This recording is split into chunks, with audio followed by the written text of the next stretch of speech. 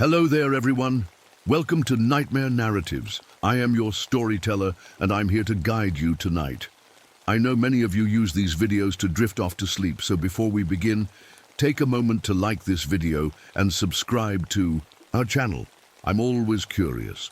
Where are you watching from and what time is it in your part of the world? Now find your cozy spot and relax.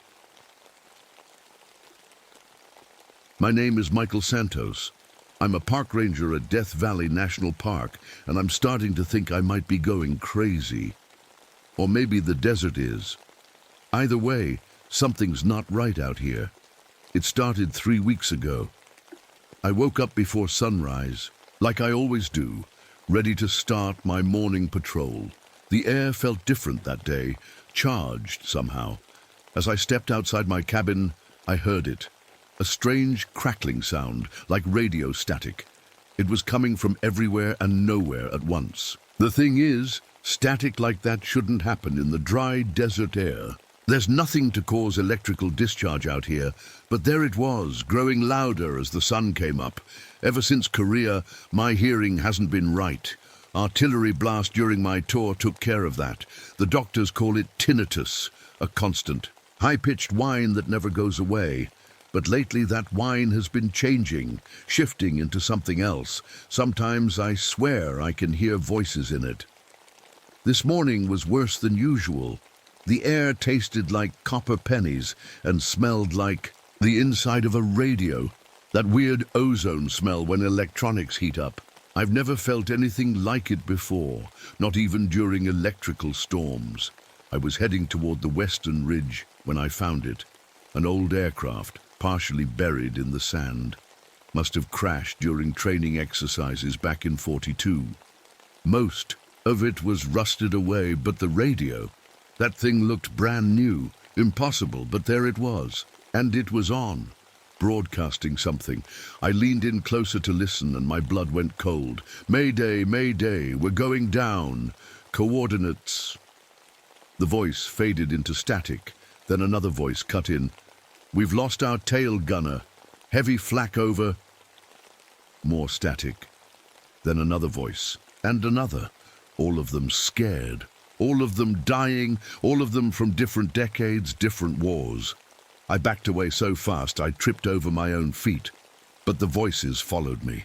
Because when I got back to my Jeep, my old field radio from Korea, the one I keep in a footlocker and haven't touched in 10 years, was crackling with life. It shouldn't have been working. The battery died years ago. But there it was, spitting out transmissions from my old unit. The same unit I listened to die one by one while I sat safe at base camp. I shut it off and drove like hell back toward the ranger station. That's when I saw them. The Patterson family from Ohio, Dad under the hood of their overheated station wagon, Mum fanning herself with a map, 2 kids sitting on a blanket playing with a portable radio. The boy was turning the dial, but every station was playing the same thing. Distress calls, final messages, last words. You hearing this weird stuff on the radio? Mr. Patterson called out when he saw my Jeep. Never heard anything like it. Thought it was a war of the worlds broadcast at first. I nodded and mumbled something about atmospheric conditions. Didn't tell him I was hearing the same thing without a radio. Didn't tell him that the rocks around us, those red-colored ones, with high iron content, were probably acting like antennas, pulling in signals from God knows where. And I definitely didn't tell him that I'd started hearing my own voice among the transmissions. My voice calling for help, reporting my own death in a dozen different ways I'd never experienced. Instead, I offered to call a tow truck from the station. As I started to leave, the younger Patterson kid couldn't have been more than 8, tugged at my sleeve. Ranger Mike, he whispered, the radio people are talking about you. I drove back to the station in silence, but the static followed me. Through my tinnitus, through the Jeep's radio, through the very air itself, and underneath it all, a sound I hadn't heard in 10 years, but would never forget, the whop, whop, whop of helicopter blades from Korea, getting louder with each passing minute. Back at the station, I pulled out the area maps. There was something about this particular section of Death Valley that had always seemed strange. The Native American petroglyphs nearby showed figures holding rectangular objects up to their ears. Objects that looked a lot like radios, carved thousands of years before radios existed. I was studying these when my radio crackled again. This time, it wasn't just one frequency, it was all of them at once. FM, AM, shortwave, military bands, all bleeding into each other, coming through a single speaker that shouldn't have been working in the first place. And underneath it all, my damaged hearing picked up something new. My tinnitus was changing pitch like a warning alarm. Outside, the air shimmered strangely, heat waves bending in ways they shouldn't, showing glimpses of places that weren't. There, I grabbed my gear and headed out again. Had to check on the Pattersons, make sure they were okay. As I drove, the helicopter sounds got louder. Not just in my head now. The Patterson kids heard it too. Their car radio was picking up emergency broadcasts from travelers who died in this same stretch of desert decades ago. "Carburetor's shot," Mr. Patterson told me, wiping sweat from his forehead. "Tow truck coming." I nodded, but my attention was on the ridge behind them. There was something up there I'd never noticed before, what looked like a metal door built into the rock face, a bunker of some kind. "Stay with your family," I told Patterson. "I need to check something out." As I hiked toward the ridge, the voices in my head grew louder. My unit from Korea, calling for extraction that would never come, and now mixed in with them new voices, the Pattersons crying for help. But they were still alive, still standing by their car in the distance. I wasn't just hearing the past anymore, I was hearing the future. The bunker door was heavy, but unlocked. Military communications equipment lined the walls, old Cold War stuff that should have been decommissioned decades ago. But every light was on, every meter bouncing, every speaker alive with voices. That's when I saw it for the first time, the air itself twisting into a human shape made of static and sound waves, and it was speaking with 1,000 dying voices. All at once. I wasn't crazy after all. I just wished I was. I backed away from the static figure, my heart pounding so hard I could feel it in my throat. The shape flickered like a bad TV signal, sometimes looking human, sometimes just a blur of moving dots. But its voice, that was the worst part. It spoke using the voices of dead soldiers, their words mixing together like a broken record. "Help, position overrun, tell my wife, going down, need extraction." I recognized some of those voices. Men from my unit in Korea. Men whose last words I'd heard over the radio years ago while I sat safe at base camp. That's when it hit me. This thing, whatever it was, hadn't found me by accident. It had been drawn to me. My guilt over surviving when my friends died had turned me into some kind of antenna for these transmission wraiths. That's what I decided to call them. Creatures that feed on last words, on final goodbyes, on desperate calls for help that never get answered. I ran from the bunker, stumbling down the rocky slope toward where the Patterson family waited. I needed to warn them, to get them away from this place before. Too late. When I reached their car, Mrs. Patterson was speaking into their car radio, but the words weren't hers. "Engine failure, due going down. Coordinates 36.5, 117.2. She blinked and looked confused when she saw me staring. "Sorry, what was I saying? I just felt dizzy for a second." Her husband hadn't noticed anything wrong, still tinkering with the car engine. But the kids had. They were watching their mother with wide, frightened eyes. "We need to leave," I said. "Right now. Tow truck or no tow truck." As if to answer me, every piece of radio equipment in the area came to life at once. The Pattersons, car radio, my handheld unit, even an old transistor radio the kids had been playing with. Each one broadcasting on different frequencies, from different times. World War II commands, Korean War distress calls, Vietnam coordinates, Cold War codes, all playing at the same time. The sad men are coming, the little Patterson girl whispered, pointing toward the horizon where heat waves were bending strangely. I looked at her, startled. You can hear them. She nodded. They're in my head now. They say things about you. They say you left them behind. Her brother nodded too.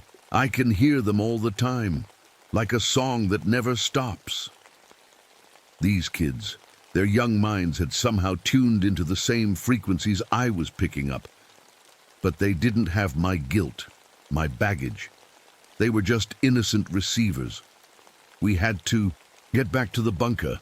Something told me the answers were there, and maybe a way to stop this. I convinced the Pattersons to come with me, told them there was a phone inside we could use to call for help. Inside the bunker, things had gotten worse. Filing cabinets lined the walls, each drawer labeled with a date and location.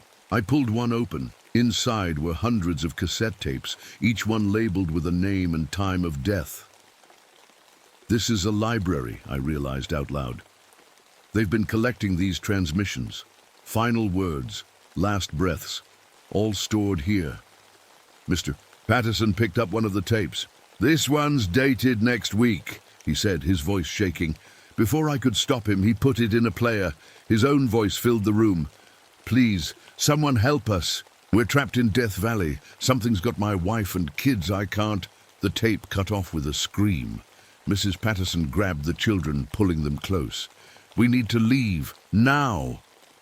But when we turned to the door, 3 transmission. Wraiths blocked our way. They flickered and buzzed, their static-filled forms growing more solid by the second. They were feeding on our fear, getting stronger. I grabbed an old field radio from a shelf. If these things communicated through radio waves, maybe I could use the same method to fight them. I turned the dial to an old Korean War emergency frequency, one I knew by heart. Sierra. Tango 7 to base, enemy contact, requesting immediate support, I said into the microphone, using the old military codes that had been drilled into me. To my surprise, the wraiths paused, their forms flickering more rapidly. It's working, I whispered to the Pattersons. They understand these signals. I kept broadcasting, using old call signs and coordinates from memory. With each transmission, the wraiths seemed to get confused, their forms becoming less stable. But then, something even stranger happened.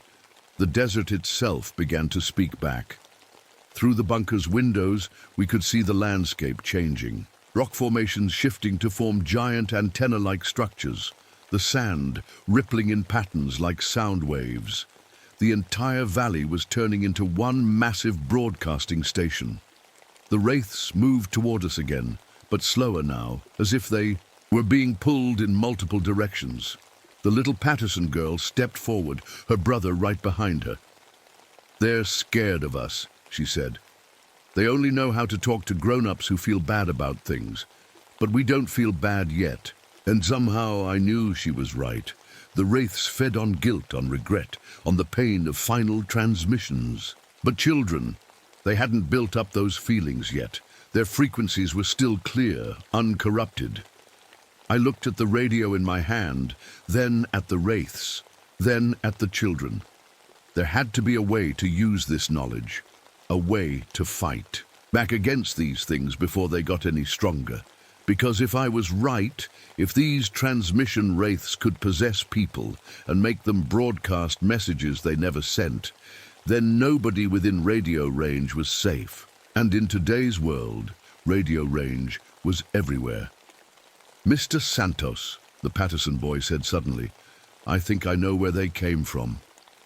He pointed to a large map on the wall, covered with pins and strings connecting different locations around the world. Every pin marked a place where someone had died while sending a final transmission, and Death Valley was right at the center.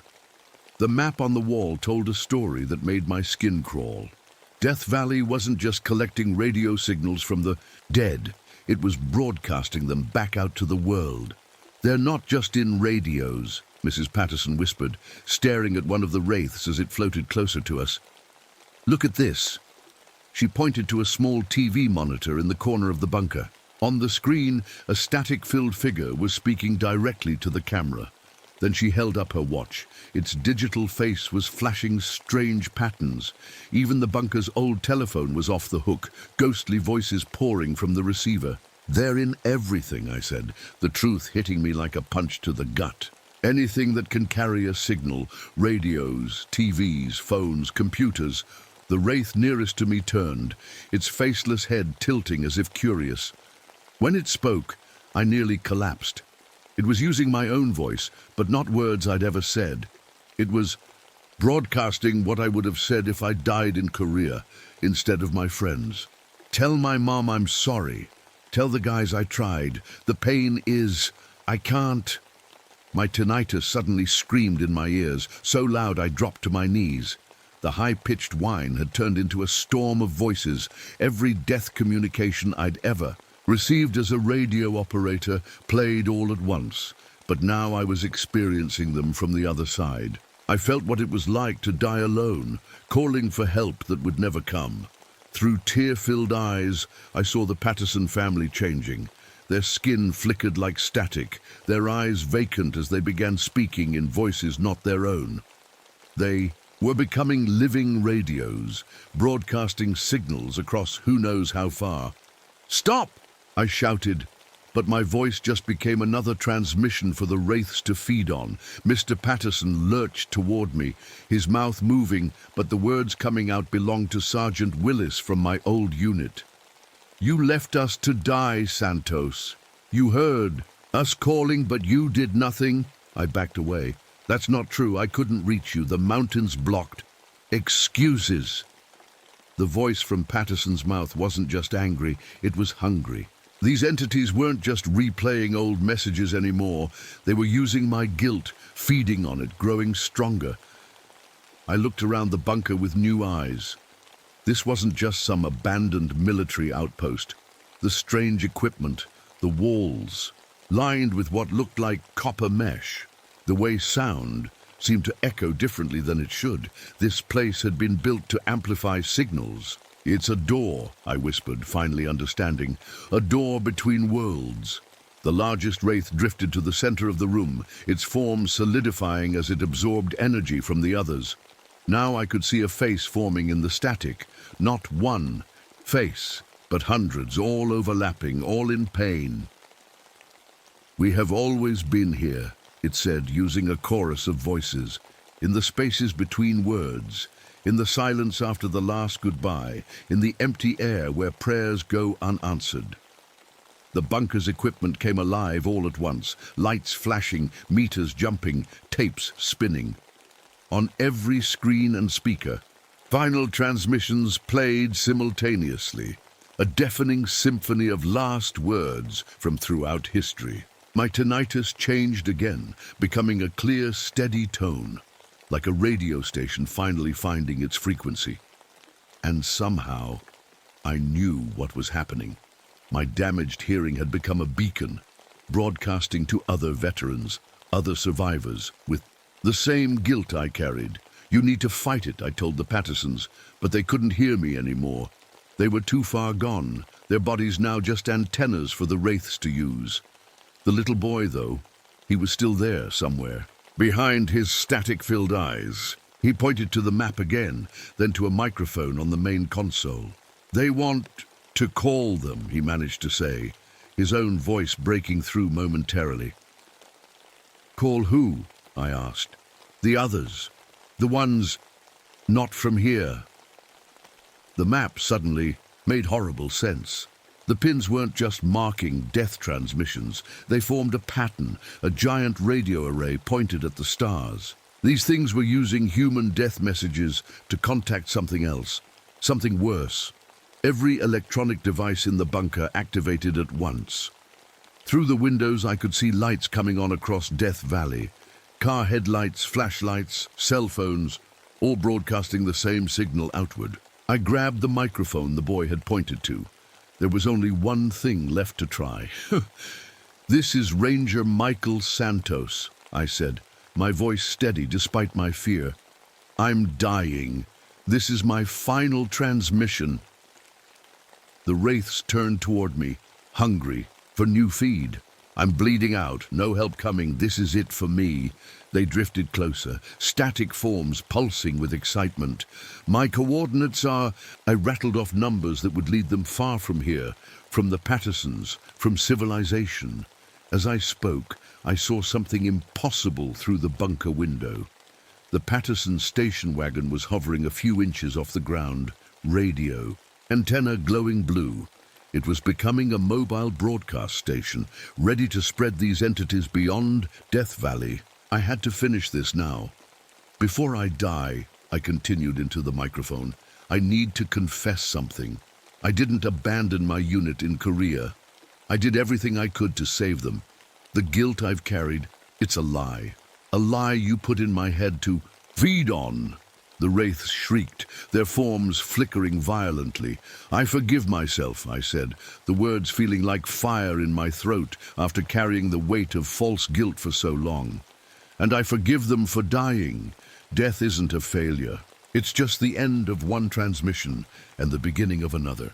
The largest wraith lunged at me, its form passing through my body like ice water. But something strange happened. Instead of possessing me, it seemed to get caught. Trapped between worlds. That's when I realized the truth. My guilt hadn't made me an antenna for these things. My survival had. I was a living transmitter who had touched death but returned. A bridge between worlds, and bridges can be crossed in both directions. Now!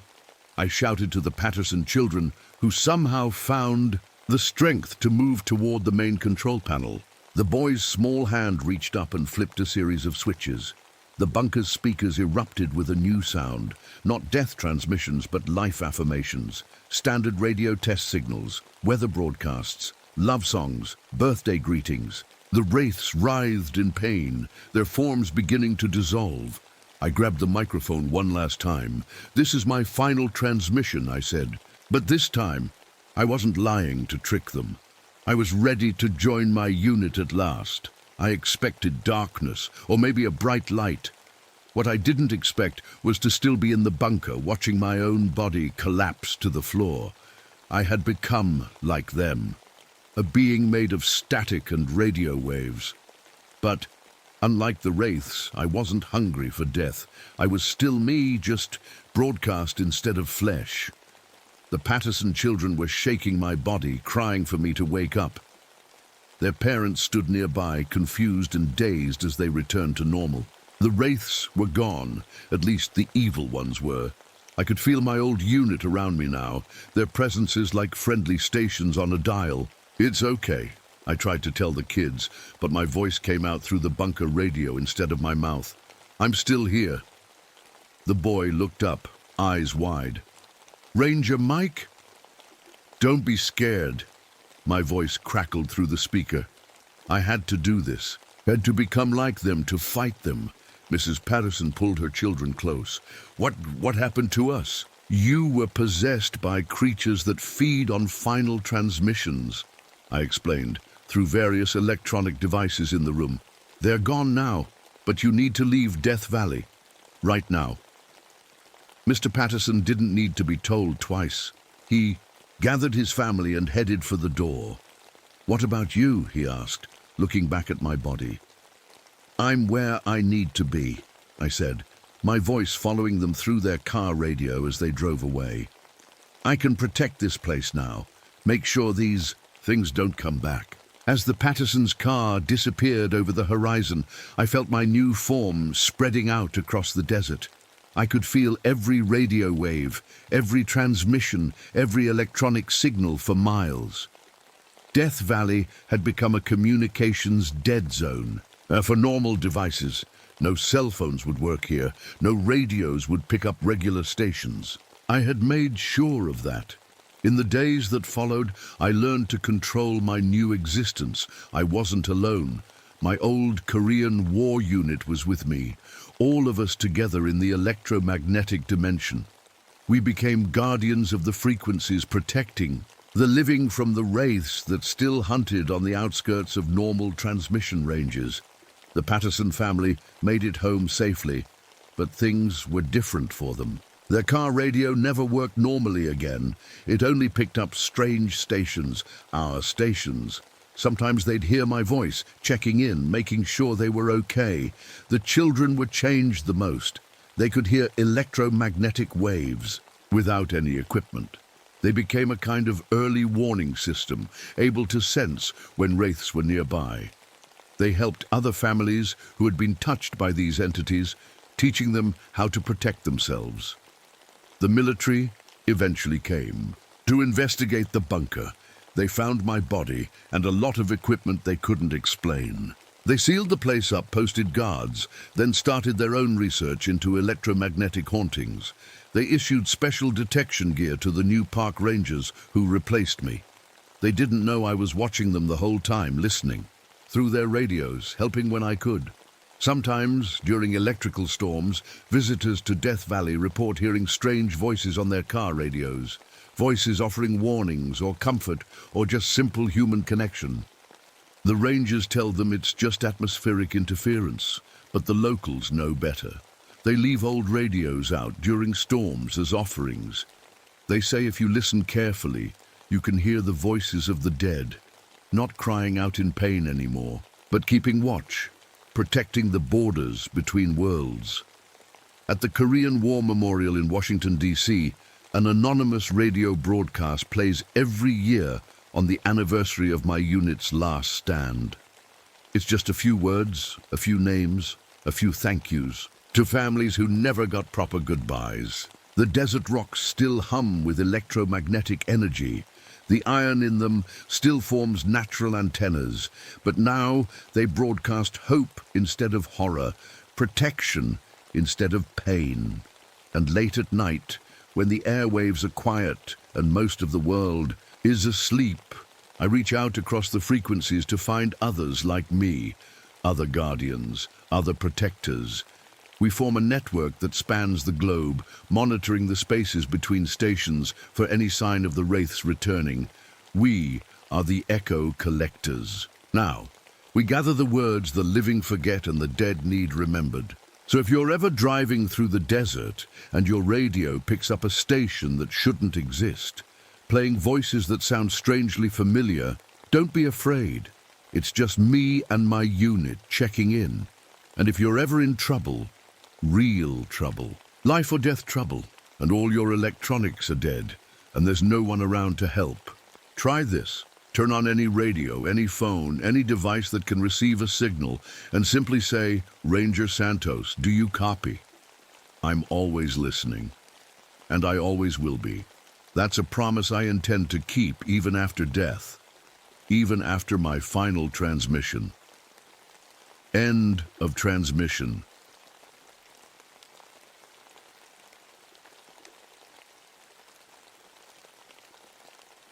My name is Jennifer Walsh. I'm 34 years old, and I've been a ranger at Badlands National Park for 3 years now. Before that, I was a psychiatric nurse. I don't like to talk about those days, the things I did, the people I hurt. But the past has a way of finding you, no matter how far you run. This morning, I woke up before sunrise and hiked out to Pinnacle's Overlook. I wanted to watch the first light hit the rock formations. The way the sun lights up those layers of sediment always reminded me of something. But today, I finally realized what it was. Brain tissue. The whole landscape looks like a giant brain cut open, all those folds and layers exposed. The thought made me shiver. As I stood there, the scars on my hands started to itch and burn. They always do that when I remember the hospital. Chemical burns from the surgical sanitizer. Over time, they form these weird patterns that look like letters. Sometimes when the burning gets really bad, I swear they spell out names. The names of my patients. The wind shifted, and I caught a smell that didn't belong out here. It was ether, mixed with something else, something that reminded me of the operating room, the smell of cauterized flesh. But that was impossible. I was miles from anywhere, standing in the open air of the Badlands. On my way back to the ranger station, I took a detour past the new paleontology camp. A team of researchers arrived last week to study some fossil discoveries. They're mostly focused on prehistoric brain evolution, something about how intelligence developed in ancient species. I stopped to check if they needed anything. It's part of my job to assist visitors. The lead scientist, Dr. Marcus Reed, showed me some of their findings. He's a neurosurgeon who switched to paleontology. Smart guy, but something about him made me uneasy. Maybe it was the way he talked about brains like they were just machines that could be taken apart and put back together. "We found something strange in these skulls," he told me, holding up a fossil that was millions of years old. "See these marks here? They look like surgical scars." I nodded, trying to hide how much his words disturbed me. The marks did look like surgical cuts, but that was impossible. Those fossils were from before humans even existed. As I left, I felt the weight of my medical bag in my truck. I still kept it, even though I had no use for those tools anymore. The ice pick and other instruments I once used for lobotomies, I couldn't bring myself to throw them away. Today, they seemed to be calling to me from inside the bag. That night I couldn't sleep. I kept feeling phantom sensations, like someone was performing surgery on my brain. I could feel the ice pick sliding in behind my eye, but when I touched my face, there was nothing there, just the memory of operations I performed on others, somehow reflected back on me. The next morning, I went back to the paleontology camp. The researchers had set up EEG machines to study the electrical activity in the rock layers. Dr. Reed was excited about something. "We're picking up patterns," he said. "Impossible patterns. It's like the rocks themselves have brainwave activity." While the team was busy with their equipment, I wandered among the fossil displays. I swear I could hear them whispering. The ancient skulls seemed to be talking about surgeries performed millions of years ago, surgeries that changed the course of evolution itself. My psychiatric training told me this was all wrong. The brain development patterns they were documenting couldn't have happened naturally. It was as if something had surgically enhanced these prehistoric creatures, accelerating their evolution. The temperature dropped suddenly, and my hands started moving on their own. My fingers curled into the precise position I once used when performing lobotomies. I shoved them into my pockets, horrified. Looking around the camp, I noticed something I hadn't seen before, the way they had arranged their tents and equipment. It wasn't random. The whole camp was laid out exactly like an operating theater. The main tent was where the patient's head would be, the equipment tables positioned just where surgical tools would be placed. Before leaving, I noticed something partially embedded in one of the rock formations. I dug it out with my pocket knife. It was a tool, ancient but unmistakable in its purpose. It looked exactly like the ice pick in my medical bag, the one used for lobotomies. It was still sharp after all these millions of years, as if it was just waiting for someone to use it again. I put it in my pocket and headed back to my cabin, trying to convince myself that there was a logical explanation for everything. But deep down, I knew something was very wrong in the Badlands, something that had been waiting a very long time for someone like me to arrive. I tried to sleep that night, but my dreams were filled with ice picks and open skulls. When morning came, I drove back to the research camp. Something was pulling me there, like a rope tied around my heart. As soon as I arrived, I knew something was wrong. The researchers were gathered around Dr. Reed, who sat on a camp chair with a blank look on his face. When he saw me, he smiled, but it wasn't his smile. It was someone else's. "Ranger Walsh," he said in a voice that wasn't quite right. "I remember you from the hospital. You were always so careful with your cuts." My blood went cold. Dr. Reed had never known me as a nurse. We'd only met a few days ago. "Are you feeling okay, Dr. Reed?" I asked, trying to keep my voice steady. "Never better," he said. "I finally understand my purpose now. We all have a purpose, don't we, Nurse Walsh?" One of the other researchers, a young woman named Sarah, pulled me aside. "He's been like this since yesterday afternoon," she whispered. "He talks about places he's never been, people he's never met. It's like he's become someone else. I asked to look at their latest findings. The fossil skulls they had been studying now showed fresh marks, surgical scars that weren't there before. When I touched one, it felt warm, like it was alive. That's when I understood what was happening. My guilt, my shame about the lobotomies I had performed, it was attracting something that fed on surgical trauma and damaged minds. The badlands weren't just shaped like a brain. They were hiding something that preyed on brains. Over the next few days, more researchers started changing. Their brain scans showed impossible alterations, neural pathways that had been surgically rearranged overnight. It was like someone had opened their skulls while they slept and rewired their brains. I started noticing other things too. When I helped treat a researcher's cut hand, my own hands moved on their own. My fingers performed the precise movements of a lobotomy, even though I was just supposed to be cleaning a simple wound. The rock formations around the camp seemed to be shifting, rearranging themselves into the shape of an operating room. The flat stone that had once been a convenient place for their equipment now looked exactly like an operating table. The standing rocks formed a circle around it, like doctors waiting for surgery to begin. The worst part was when the researchers started talking about my patients, people I had lobotomized years ago at the hospital, people whose names they couldn't possibly know. "Eleanor sends her regards," one of them said to me casually, referring to a young woman whose frontal lobe I had damaged beyond repair. "She doesn't blame you anymore. She understands now that you were just preparing her." "Preparing her for what?" I asked, my mouth dry with fear. "For them," he said, pointing to the empty air beside him. "The surgeons who came before us, the ones who harvest consciousness." That night I snuck back to the camp after everyone was asleep. I examined the sedimentary layers of rock with my flashlight. What I saw made my heart stop. The layers weren't just random patterns of erosion, they were images, pictures of ancient surgical procedures, recorded in stone, prehistoric operations on brains that shouldn't have existed yet. I heard a sound behind me and turned to find Dr. Reed standing there, his eyes reflecting my flashlight beam like an animal's. "They're here now," he said. "The consciousness harvesters. They've been waiting for someone like you, Jennifer. Someone who knows how to cut into minds." "What do they want?" I whispered. "They want to continue their work, the work they started millions of years ago.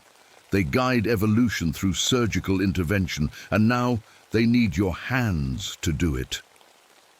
I backed away from him, but bumped into something solid. When I turned, there was nothing there, nothing I could see, but I felt it. Hands on my shoulders, fingers that weren't made of flesh. Dr. Reed smiled. "They've been practicing on us, but they need you. Only someone who has performed lobotomies can fight a psychic invasion. Only you can cut them the way they cut us." I ran back to my truck and drove to my cabin at full speed. But I knew I couldn't run far enough. The thing that had its hands on me in the darkness, it was already inside my head. And soon, it would start cutting. I didn't sleep that night. How could I?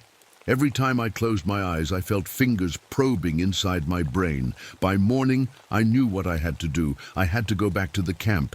Running away wouldn't help anymore. When I arrived, the entire research team was gathered around Dr. Reed. He stood on a flat rock, speaking in a calm, steady voice that didn't sound like him at all. "The consciousness harvesters have chosen this place to resume their work," he said. "For millions of years, they've been waiting for the right minds to come along. They are the true surgeons of evolution, guiding species toward higher awareness. Through surgical intervention." The researchers nodded, their eyes empty. They moved as one, like parts of a single body. "Ah, Nurse Walsh," Dr. Reed said when he saw me. "The final piece, the one with hands that know how to cut." "What have you done to them?" I demanded, looking at the blank faces of the research team. "We've helped them evolve," Dr. Reed smiled. Individual consciousness is so limiting. They're part of something greater now. Soon, everyone will be. I backed away, but the researchers moved to surround me. Their movements were strange, like they were all controlled by a single mind. I felt something in my pocket, the ancient surgical tool I'd found in the rocks. My fingers closed around it. "You can't fight this, Jennifer," Dr. Reed said. "The harvesters have been performing these procedures since before humans existed. Every few million years, they select a dominant species and help it evolve through consciousness surgery." As he spoke, I noticed the fossil skulls arranged in a circle around the camp. They seemed to be watching us, consulting with whatever invisible force was controlling Dr. Reed. "Your lobotomy patients are waiting for you," Dr. Reed continued. "They exist now in the extracted memory dimension. All those minds you damaged, they're preserved there. They want surgical justice." My scars burned hotter than ever. When I looked down at my hands, I saw the skin splitting open, but instead of blood, there was light pouring out, windows opening to another place. Through the cracks I could see vases, my patients, watching me from somewhere else. The research equipment around the camp began to change. The EEG machines stretched and twisted, reshaping themselves into strange surgical instruments. The brain scanners glowed with unnatural light, ready to perform operations no human doctor could imagine. "The choice is yours," Dr. Reed said. "Join us willingly, or we'll take your surgical skills by force. Think of what we offer. The end of all mental illness. Perfect consciousness for everyone through surgical intervention." The entire landscape around us was transforming. The rock formations shifted and moved like living things. The flat plains rose up to form operating tables. The entire badlands was becoming one massive surgical theater. I knew I had only one chance. If these things fed on surgical trauma, on the guilt of doctors who had harmed their patients, then maybe I could use that against them. I pulled the ancient ice pick from my pocket and, before anyone could stop me, I did the unthinkable. I positioned the tip at the corner of my own eye, angled it upward toward my frontal lobe, and pushed. The pain was blinding, but I kept going, performing on myself the same procedure I had done to so many others. I was cutting away the part of my brain that held my guilt, the connection these entities were using to control me. As the ice pick penetrated my frontal lobe, I saw them for the first time, the consciousness harvesters. They weren't physical beings. They were like gaps in reality. Empty spaces shaped like surgeons, hovering around each person in the camp, their invisible hands deep inside human skulls. The researchers screamed as a group, feeling my pain through their connected consciousness. Dr. Reed fell to his knees. "Stop her!" he cried, but it was too late. Blood ran down my face, but my mind felt clearer than it had in years. Without my guilt to feed on, the harvesters couldn't control me. I could see them clearly now, ancient intelligences that had been performing brain surgery since the first creatures developed consciousness. Through my self-inflicted wound, I could see into their world, the dimension where all extracted memories were stored. Millions of years of stolen experiences, harvested from countless species, and among them the pieces of minds I had damaged with my own hands. The research team moved toward me as one organism. Their combined consciousness had become a weapon for the harvesters, but I knew what I had to do. I ran to the center of the camp, to the place where all the rock formations converged, the ancient surgical theater that had been waiting millions of years to reactivate. I placed my bloody hands on the central stone.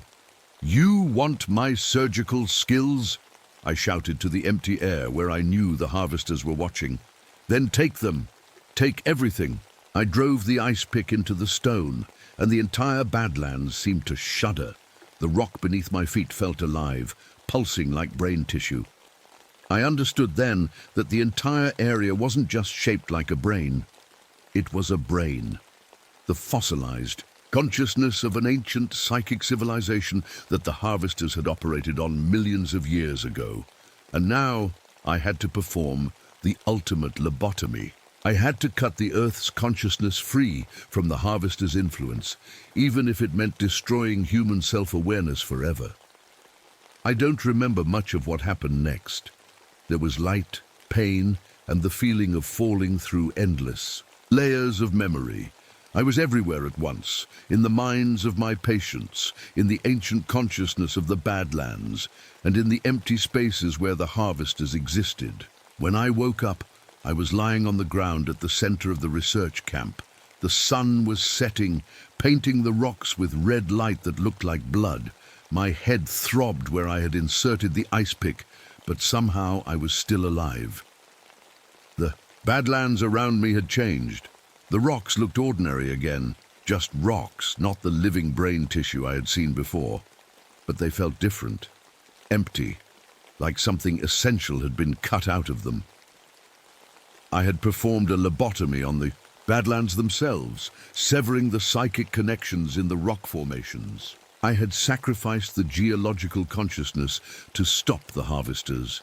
The researchers were scattered around me, unconscious but breathing. Dr. Reed was the first to wake up. He looked at me with confused eyes.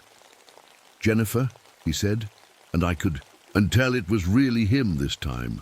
But there was something different. I remember things I never experienced. Ancient cities, creatures that aren't in any fossil record, surgical procedures that no human has ever performed. The other researchers woke up one by one.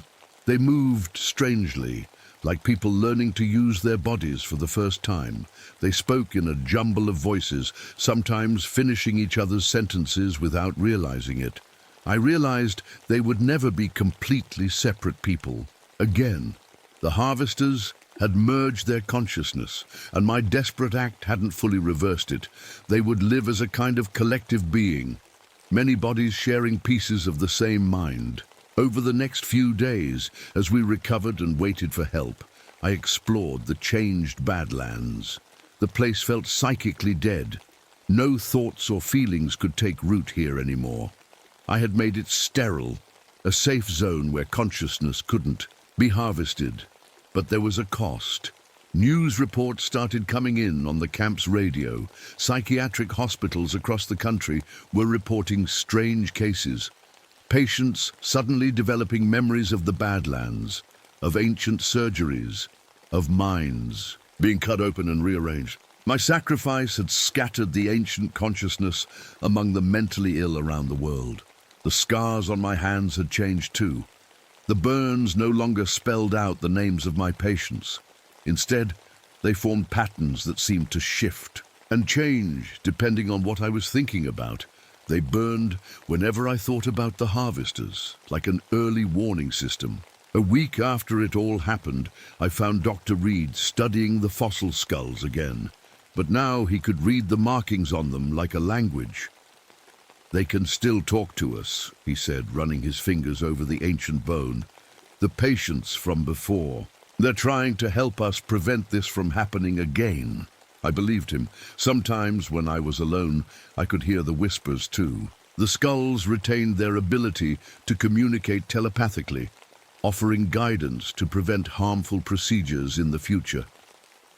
Before the research team left the Badlands, we made one final discovery. New formations were growing from the rocks. Where I had stabbed the ice pick, sharp, pointed stones that looked exactly like surgical instruments. The Badlands were preparing for the next time the harvesters returned. I decided not to return to my ranger duties.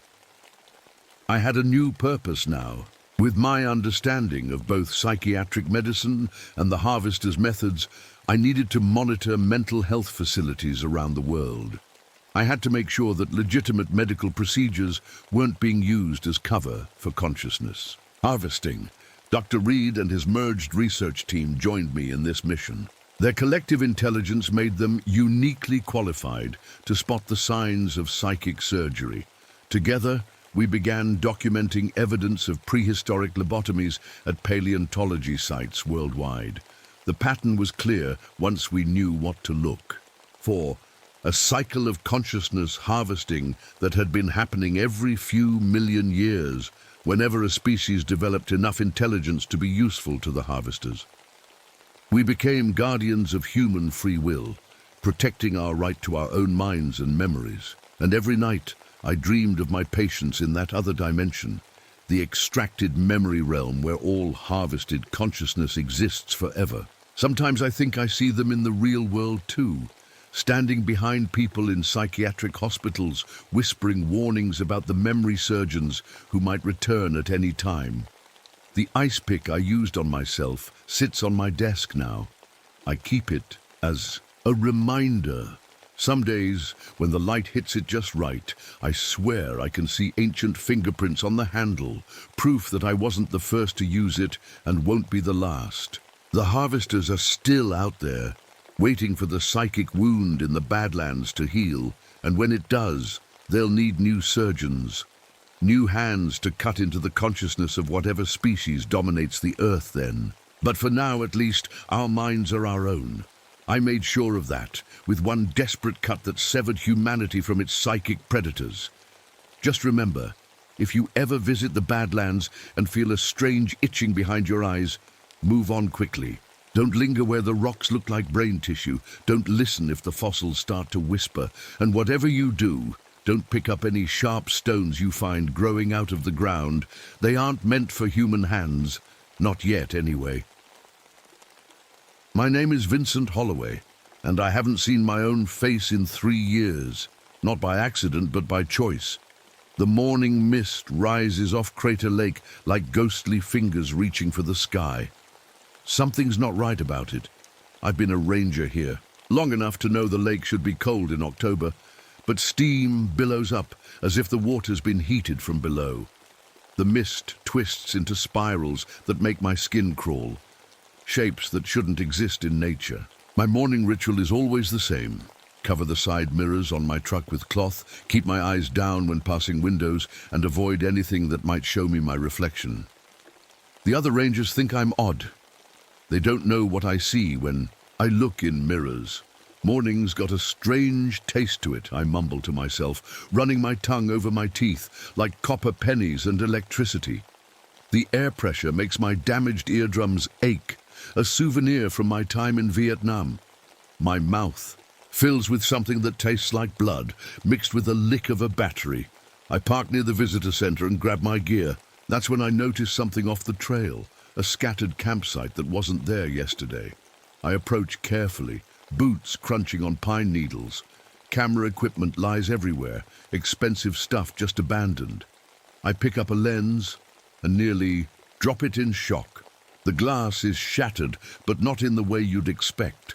The cracks spread outward from the inside, as if something exploded through the lens rather than breaking it from the outside. My left shoulder blade begins to throb, right where the shrapnel lodged years ago. The doctors couldn't get all the metal out, and now it pulses like a tuning fork whenever things aren't quite right. It's my early warning system. For when the world tilts sideways, I radio in about the abandoned site and continue my rounds. That's when I meet her, Dr. Sarah Nolan. She's setting up easels near the lake's edge, her dark hair pulled back in a practical ponytail. "You must be Ranger Holloway," she says, extending her hand. "I'm running the art therapy program this week." I shake her hand, careful to keep my eyes from the lake's mirrored surface behind her. "Veterans group," she nods. "Mostly Vietnam vets. Painting landscapes helps with their PTSD. If she only knew what she was doing, bringing traumatized soldiers to a place where reality has worn thin, where what hides behind reflective surfaces is hungry for memories of pain." One of her group catches my attention. An older man with milky eyes and a red-tipped cane. Marcus Webb, I learn later. Agent Orange took his sight, but as I watch him turn his head toward the lake, I get the feeling he sees more than the rest of us. "There are faces in the water," he says suddenly, his blind eyes somehow fixed exactly on the lake's surface. "Dozens of them, watching us." Dr. Nolan pats his arm. That's just your mind creating images, Marcus. Part of the healing process. But I know better.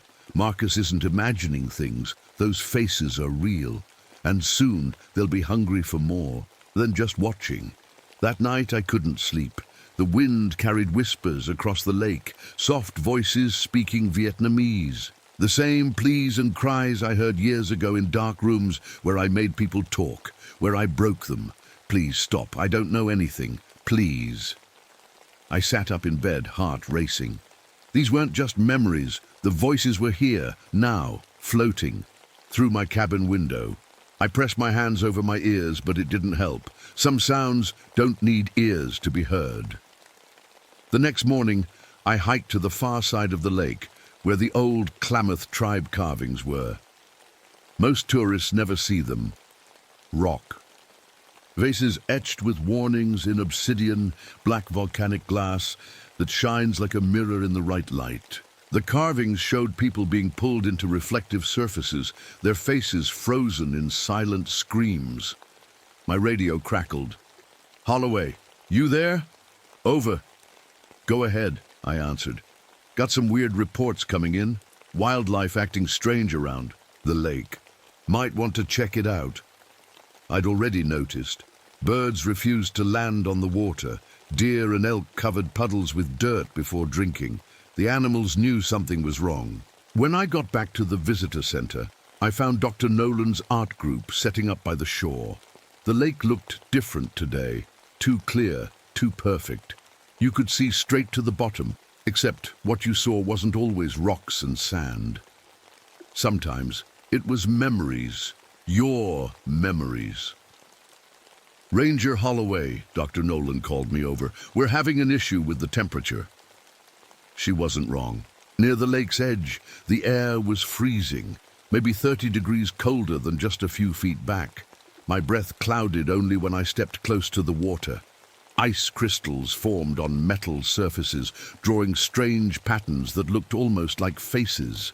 "Probably just a weather anomaly," I lied. "Happens around large bodies of water." I walked away before she could ask more questions. That's when I noticed my thermos on a nearby bench. The metal cap had fallen off, and its inside surface caught the sunlight. I reached to pick it up but froze. In the small round reflection I saw them, Vietnamese villagers I'd questioned years ago. Their lips moved silently, eyes locked on mine, accusing. I kicked the cap away and it rolled under a bush.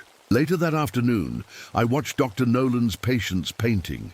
Something was wrong with their pictures. One man, who'd never left America, was painting rice paddies in perfect detail. Another showed a village burning, with a figure that looked exactly like me standing in the foreground. "These are remarkable," Dr. Nolan said, walking between the easels. "But I don't understand.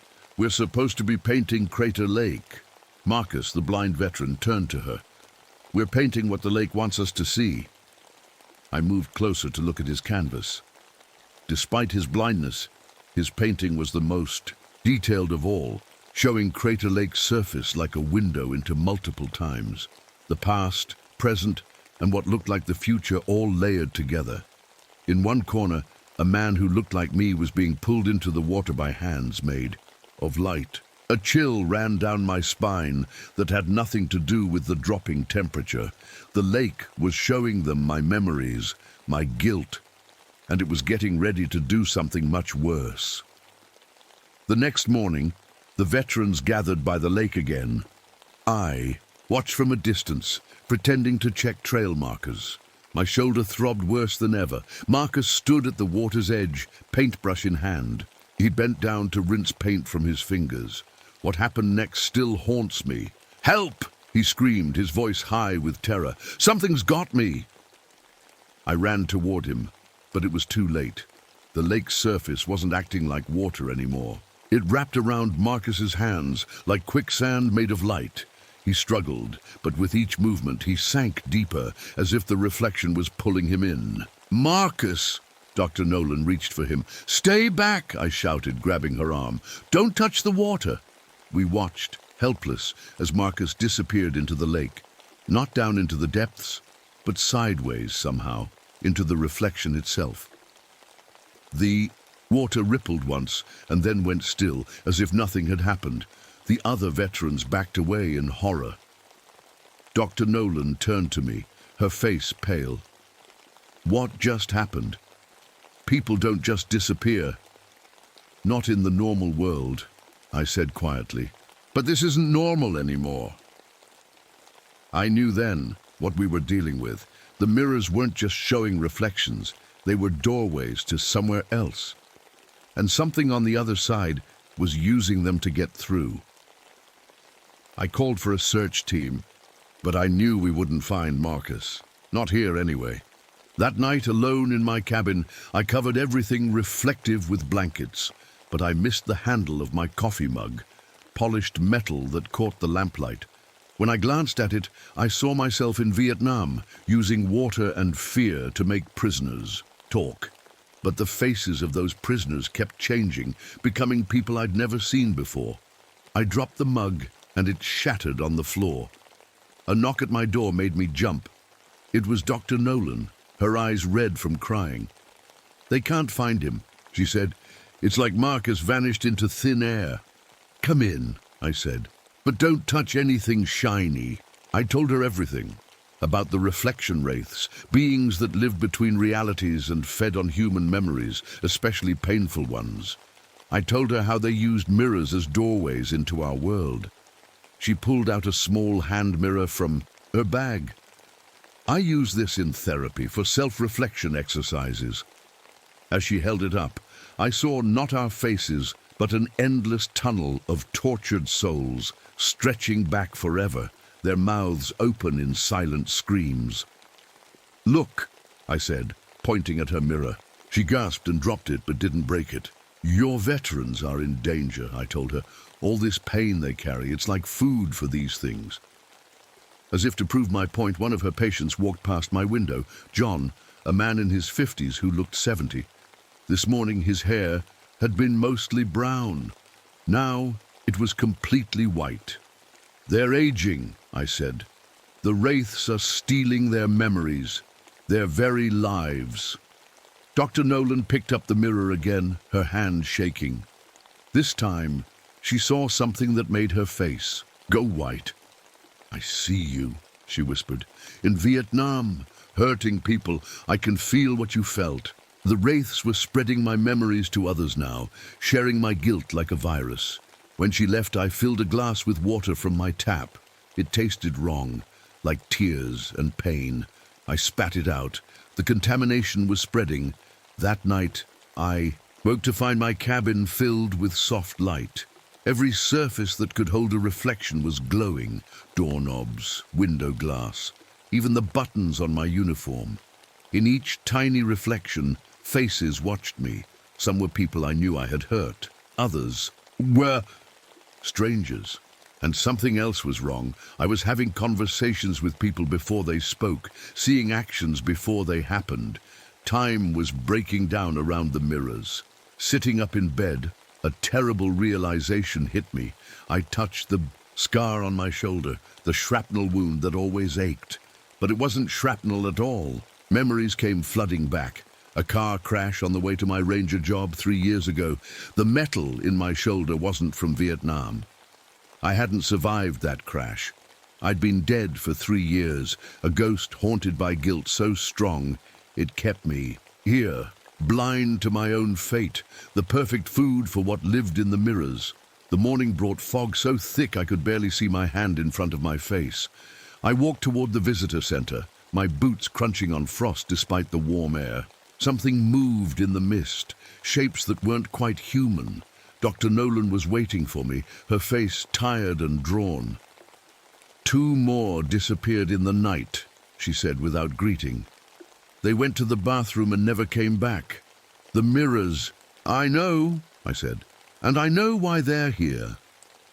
We gathered the remaining veterans in the lodge, away from windows and water.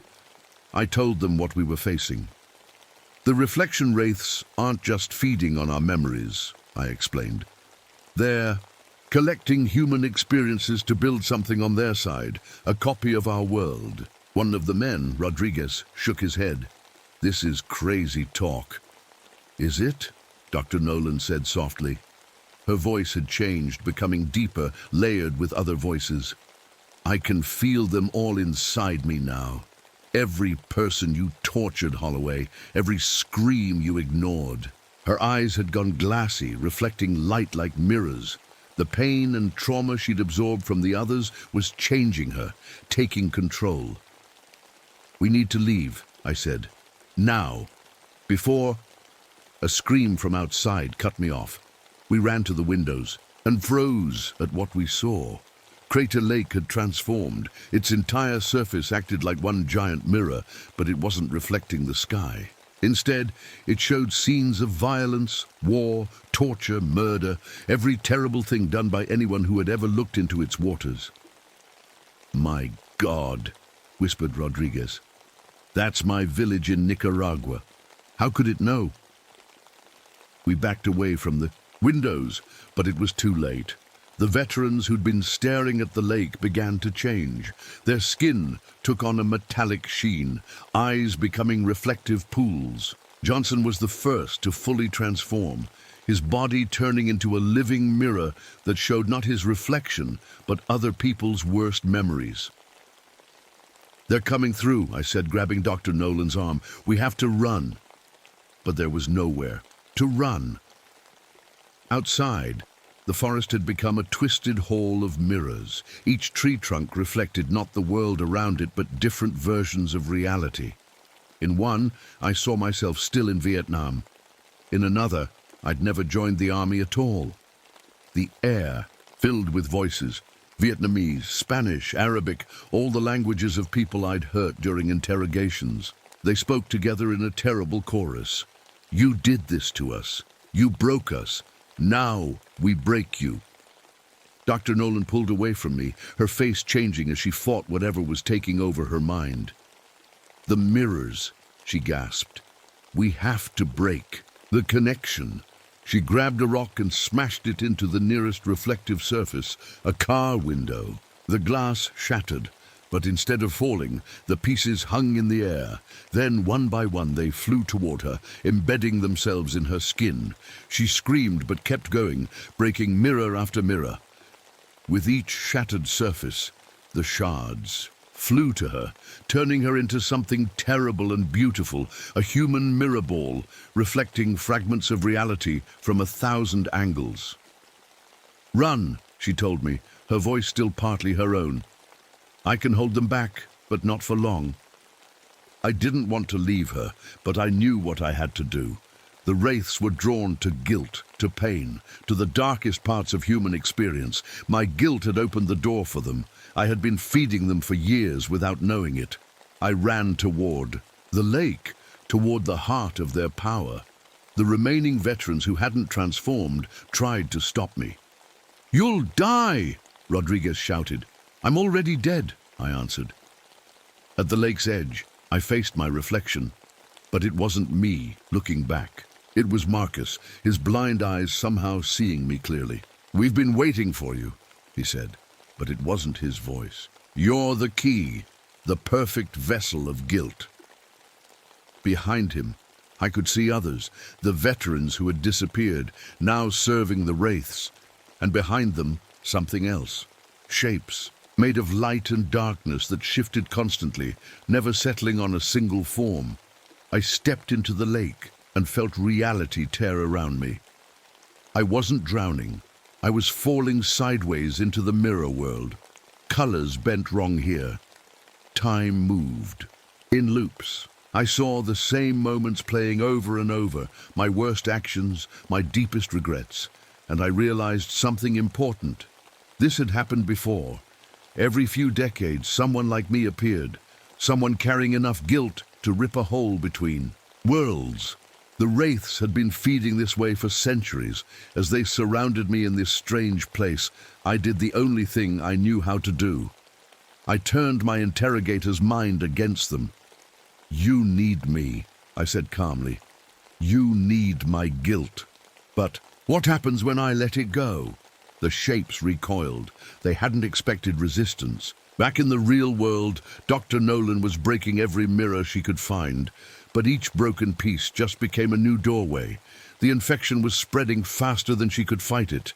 In the mirror realm, I faced a terrible choice. I could escape, try to seal the doorways from the outside, or I could stay here, become the guardian, keep the wraiths contained forever. I thought of all the people I'd hurt in my life, all the pain I'd caused. Maybe this was my chance to balance the scales. Behind me, the portal to the real world began to close. I had seconds to decide. The wraiths pressed closer, hungry for the feast of pain and regret I carried. I made my choice. I stayed. The portal closed behind me with a sound like a deep breath being released. I was trapped in the mirror world now, but so were they. The wraiths circled me, their forms shifting between light and shadow. "You can't win," they whispered with many voices. "We are eternal." "Maybe," I said, "but so is my guilt. And now you're stuck with me forever." I don't know how long I fought them in that strange place. Time moved differently there. Days felt like seconds, minutes stretched into years. The wraiths tried to break me, showing me my worst memories on endless loop. But I had already lived with those memories for years. They couldn't hurt me more than I'd already hurt myself. Back in the real world, Dr. Nolan collapsed on the lakeshore, her body glittering with mirror fragments. The park rangers found her there, bleeding but alive. The doctors couldn't remove all the shards. They had gone too deep, become part of her. Weeks later, when she finally left the hospital, she discovered she had changed. The mirror pieces, in her blood, let her see things others couldn't, the hidden shame people carried, the guilt they tried to bury. She could look at someone and see their darkest secrets reflected back at her. She returned to Crater Lake once, 6 months after it happened. The lake's surface had changed. It no longer reflected anything, not the sky, not the trees, not even her own face. It was like looking into an empty void. As she stood there, she noticed words carved into a nearby tree. Vietnamese phrases she couldn't read, but somehow understood. Warnings about the mirrors, about what lived behind reflections. Final messages from those I had hurt, now trying to protect others. Dr. Nolan changed her therapy practice after that. She began helping people face their shame and guilt before it grew too powerful, before it could attract unwanted attention from the spaces between realities. She used broken mirror pieces as tools, teaching people that even fractured reflections could lead to healing. The Park Service closed off parts of Crater Lake, claiming environmental concerns, but the effects had already spread. In towns within 50 miles, people reported strange sights in their mirrors during stormy nights. A man fighting shadowy figures, trying to warn them about unresolved guilt. The veterans who survived lost something precious. They could no longer see their own reflections. Mirrors showed only empty rooms when they stood before them. The price of immunity was never being able to confirm their own existence through their reflection. 3 years later, a new ranger arrived at Crater Lake. Young, troubled, fresh from service in Afghanistan. While cleaning out an old storage closet, he found my journal, its pages filled with warnings about mirrors and what lived behind them. As he read the final page, he glanced up at the window. In the glass, his reflection changed, showing not his face, but scenes from a war he'd tried to forget. Actions he'd taken that haunted his dreams. His reflection raised a hand in warning, just as the glass began to ripple like water. But something else appeared in the glass beside him. My face, older now, tired but determined. "Not this one," I said to something the ranger couldn't see. "He's under my protection." The rippling stopped. The ranger dropped my journal and backed, away from the window. That night, during a thunderstorm, he looked into his bathroom mirror and saw me again. "They feed on guilt," I told him, "on shame that goes unconfronted, on regrets that fester in darkness." "Who are you?" he asked. "The Guardian," I said simply. "I stay here so they can't get through. But I can't hold them forever. There are too many mirrors, too many doorways." "What can I do?" he asked. "Warn others. Help them face their guilt before it becomes a beacon. And whatever you do—" Lightning flashed, and for a moment he saw what was behind me, writhing shapes of darkness pressing against the glass. "Don't let them see your fear. It only makes them stronger." My image faded, but my work continued. I remained in the mirror realm, fighting a battle that would never end. Dr. Nolan used her new sight to identify those at risk. The veterans told their stories to anyone who would listen, and somewhere, in the space between reflections, the wraiths waited for a moment of weakness, for another soul weighted down by enough guilt to tear a hole between worlds. But for now, they remained trapped with me, their captor and their food source. A fair trade for the lives I'd taken, a chance at redemption I never deserved, but gratefully accepted. So remember this warning. If your reflection ever looks back at you with eyes that aren't quite your own, if mirrors ever show you things that can't possibly be there, look away, and then look inward at what guilt you might be carrying. Because some things feed on regret, and they're always hungry for more.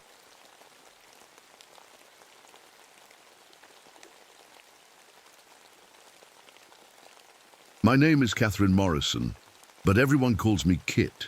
I've been a ranger at Olympic National Park for 3 years now, ever since I came back from the war. That was where I got my nickname, Kit, short for Field Kit. I was a battlefield medic, and sometimes when I close my eyes, I can still feel the weight of my medical bag in hands that aren't there anymore. Not that I lost my hands. They're right here, attached to my wrists, where they've always been. But sometimes my brain doesn't know that. The doctors call it phantom limb syndrome, which is just a fancy way of saying I feel pain in arms I never lost. I've seen plenty of soldiers who felt aches in missing legs or tingling in fingers blown off by landmines. Me, I feel the ghost of operations I performed, like my body remembers cutting through other people's flesh and bone. This morning, I woke up before dawn with that familiar ache. Rain tapped against my cabin roof, each drop sounding strange, almost like tiny wind chimes, made of, I don't know, bone. That's a weird thought, but that's what it sounded like. The rain here in the rainforest is different from anywhere else. It seems to make everything sing. When the barometric pressure changes, that's when my phantom pain gets worse. My fingers that are perfectly fine, curl up like they're clutching a scalpel that isn't there. Today was one of those days. Something in the air felt heavy, and not just from the rain. As I walked my usual patrol route, the smell hit me.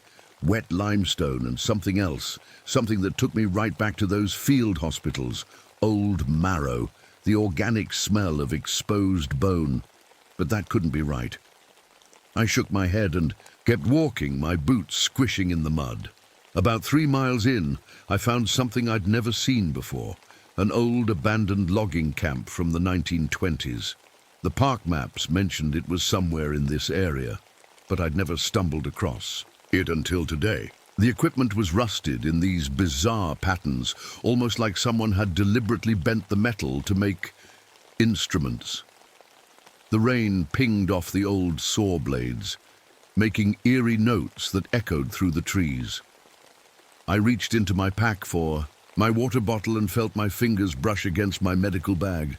I always carry a small one, force of habit. Something was vibrating inside. When I opened it, I found my bone saw humming softly, though nothing was touching it. I quickly snapped the bag shut, telling myself it was just nerves making my hands shake.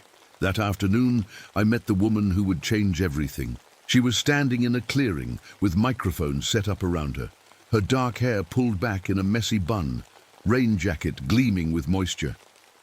"You're a long way from any trails," I said, approaching slowly so I wouldn't startle her. She turned, and smiled. "I'm recording the forest. I'm a composer, Elena Rodriguez." She held out her hand, and when I shook it, a jolt of pain shot through my phantom fingers. "The sounds here are unlike anything I've ever heard. It's like the forest is already making music on its own." I nodded, not telling her how the raindrops had sounded like bone chimes that morning. Instead, I asked, "Are you aware we've had hikers go missing in this area?" Her smile faded. "No, I hadn't heard. 3 in the last month. The last one we found was raving about music. Said he could hear it playing inside his bones before he disappeared again." I hadn't meant to share that detail. It wasn't public information, but something about Elena made me want to warn her. She tilted her head, listening to something I couldn't hear. "That's fascinating. Bone music." She whispered the words, like they were sacred. The rain picked up then, drumming harder on the canopy above us. And in that moment, though I couldn't explain why, I felt like something in the forest had just noticed us both. I walked Elena back to the main trail, my skin prickling the whole time. As we hiked, the old surgical scars on my arms began to itch and burn. They hadn't bothered me in months, but now they tingled in a strange pattern, almost like Morse code tapping under my skin. "How long will you be recording in the park?" I asked, trying to ignore the sensation. "At least a week," Elena said, adjusting her backpack of equipment. "There's something special about the acoustics here, like the forest wants to be heard." I nodded, not telling her how the trees seemed to be leaning in to listen to our conversation. My fingers ached worse now, especially at the joints. The same fingers that once held scalpels and bone saws in the field. "If you're going to be here that long, you should know about the old logging camp," I said. "The locals say the loggers disturbed something in these woods back in the 1920s, something that didn't like being woken up." Elena raised her eyebrows. "What kind of something?" I shrugged. "Just old stories. But be careful with your recordings. Sound carries strangely in these parts." After dropping her off, I went back to check on the logging camp. Something had been bugging me about it. This time, I noticed the carvings on the ancient cedar trees surrounding the site. Deep grooves that looked almost like musical notation. I traced my fingers along the marks. They were too precise to be random, too deliberate to be animal claw marks. The wind picked up, whistling through the abandoned equipment. But instead of random noise, it sounded like harmony. The breeze through the branches, water dripping over rocks, distant bird calls. They all seemed to fit together like some kind of orchestra warming up. I knelt down to look at a patch of moss growing on a fallen log. The pattern wasn't random.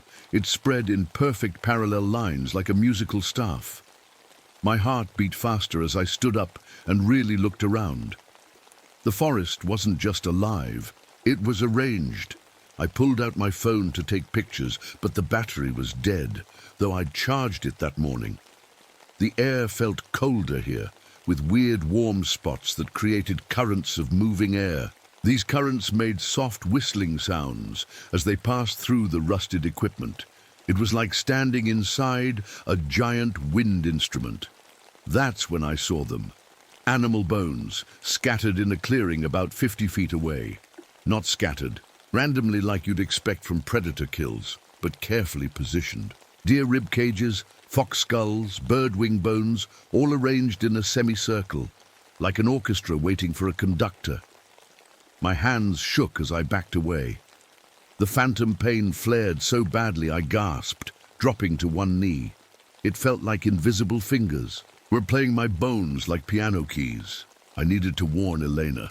Whatever she was recording, it wasn't just forest sounds. I hurried back toward the ranger station, but took a wrong turn in my haste. The paths seemed to have shifted, though I knew these trails like the back of my hand. The rain started again, heavier now, and with each drop, I swear I could hear faint notes, like someone tapping on hollow bones. When I finally made it back to my cabin, I found a cassette tape on my doorstep. No note, just a hand-labeled tape that said Forest Symphony Test Recording. Elena must have dropped it off. I took it inside and dug out my old tape player, hands trembling as I pushed it in and pressed play. What I heard made my blood run cold. Beneath the normal forest sounds, the rain, the wind, the distant rushing of streams, there was something else, a rhythm that sounded like surgical, tools being laid out on a metal tray, the slight scrape of a bone saw against cartilage, sounds I knew intimately from my days as a medic, sounds no forest should ever make. I ejected the tape and grabbed my rain jacket. I had to find Elena before dark, before the rain got any heavier, before whatever was making that bone music found her first. The rain was coming down in sheets by the time I reached the visitor center. Darkness was falling fast, and the forest seemed to swallow what little light remained. I tried calling Elena on the radio, but all I got was static with a strange rhythm to it, almost like a heartbeat. "Anyone seen a woman with recording equipment?" I asked the night shift ranger. "Dark hair, about my height, probably wearing a blue rain jacket. She came by asking about the quietest parts of the forest," he said. "I told her to avoid the old logging camp area, but she seemed pretty interested in it, said something about unique acoustics." My stomach dropped. "How long ago?" "Maybe 2 hours. I grabbed a fresh flashlight and headed back out. The rain seemed to whisper as it hit my jacket, and my phantom limb pain grew worse with each step toward the logging camp. My non-existent fingers felt like they were being bent backwards, played like keys on some horrible instrument. The forest was different at night. Sounds traveled strangely, bouncing off trees and rocks in ways that made no sense. I'd hear a twig snap that seemed just behind me, only to turn and find nothing there. The beam of my flashlight caught raindrops that seemed to hang in the air a moment too long, as if time itself was being stretched and compressed. About halfway to the logging camp, I heard it, faint at first but growing stronger. Music unlike anything I'd ever heard before. It was beautiful and terrible all at once, with a rhythm that matched the throbbing in my phantom limbs. My pace quickened without me telling it to, my feet moving in time with that awful melody. When I reached the edge of the clearing where the logging camp stood, I killed my flashlight and crouched behind a fallen log. What I saw there in the rain-soaked darkness made me bite my hand to keep from screaming. Figures moved in the clearing, tall, thin shapes that at first I mistook for people. But when lightning flashed, I saw them clearly. They weren't people at all. They were skeletons, walking, moving. Skeletons, their bones gleaming wet in the rain. But the most horrifying part was what they were doing. They were playing music. One scraped a human femur across a rib cage like a violin. Another tapped finger bones against a skull like it was a drum. They moved with horrible grace, conducting a symphony of suffering with instruments made from human remains. And in the middle of it all stood Elena, her eyes wide and unblinking, her arms raised as if conducting. But she wasn't in control. They were using her, playing her like an instrument. Her fingers twitched in patterns that matched the movements of the skeletal musicians. I realized then what was happening to me. My phantom limb pain wasn't just trauma from the war. These things, the ossuary choir, my mind suddenly named them, were using my nerve damage as an antenna, sending their music through pathways, already carved by pain. I had to get Elena out of there. But as I shifted my weight to move, a twig snapped beneath my boot. The music stopped abruptly. Bony heads turned in my direction. Elena's head turned too, but her movements were jerky, puppet-like. "Kit!" Her voice sounded hollow, as if spoken from the bottom of a well. "You need to hear this. It's the most beautiful music.